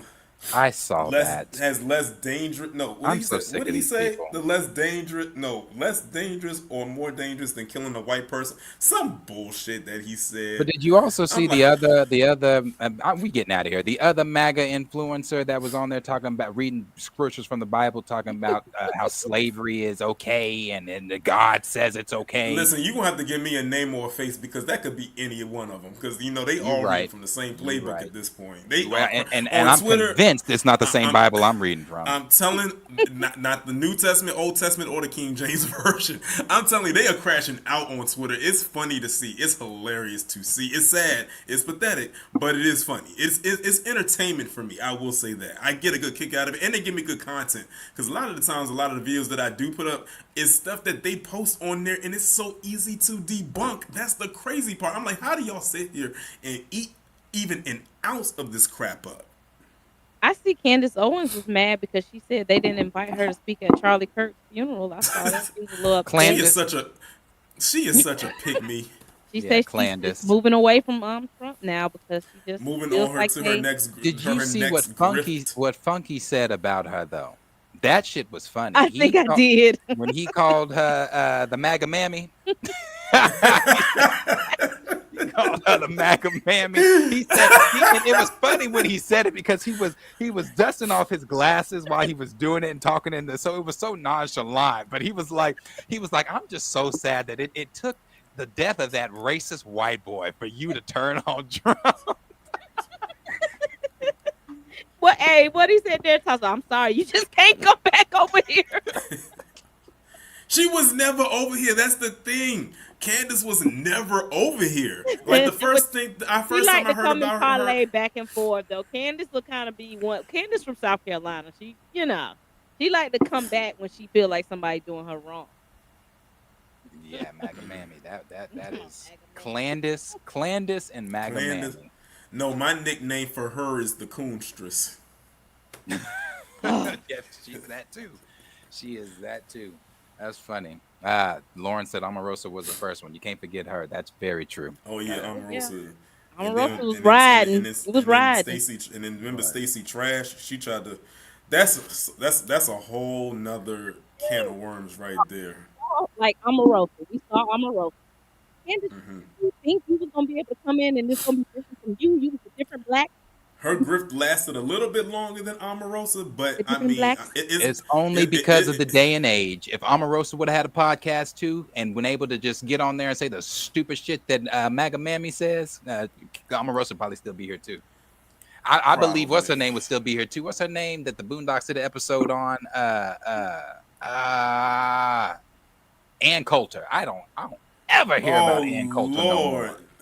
Oh, wait a minute though. She said something about Ramaswamy last year. She says, I do like all your policies and everything like that, but I still wouldn't vote with you for president because you're Indian. Like she literally said that. She literally said that. She literally said that to his face on his podcast. That's funny. She's like Ruckus because Ruckus told Robert, I help you with the bag, Robert. One thing about Ann Coulter, she anti-black as hell, but she ain't gonna bite her tongue.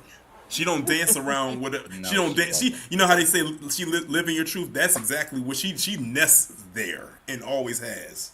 My nickname for her is Skeletor. She looks it. Well, again, we are out. Thanks for coming. We appreciate it. Like, subscribe, share with your friends, and we'll see you guys in the next video. Take us home, Josh. Bye. Peace.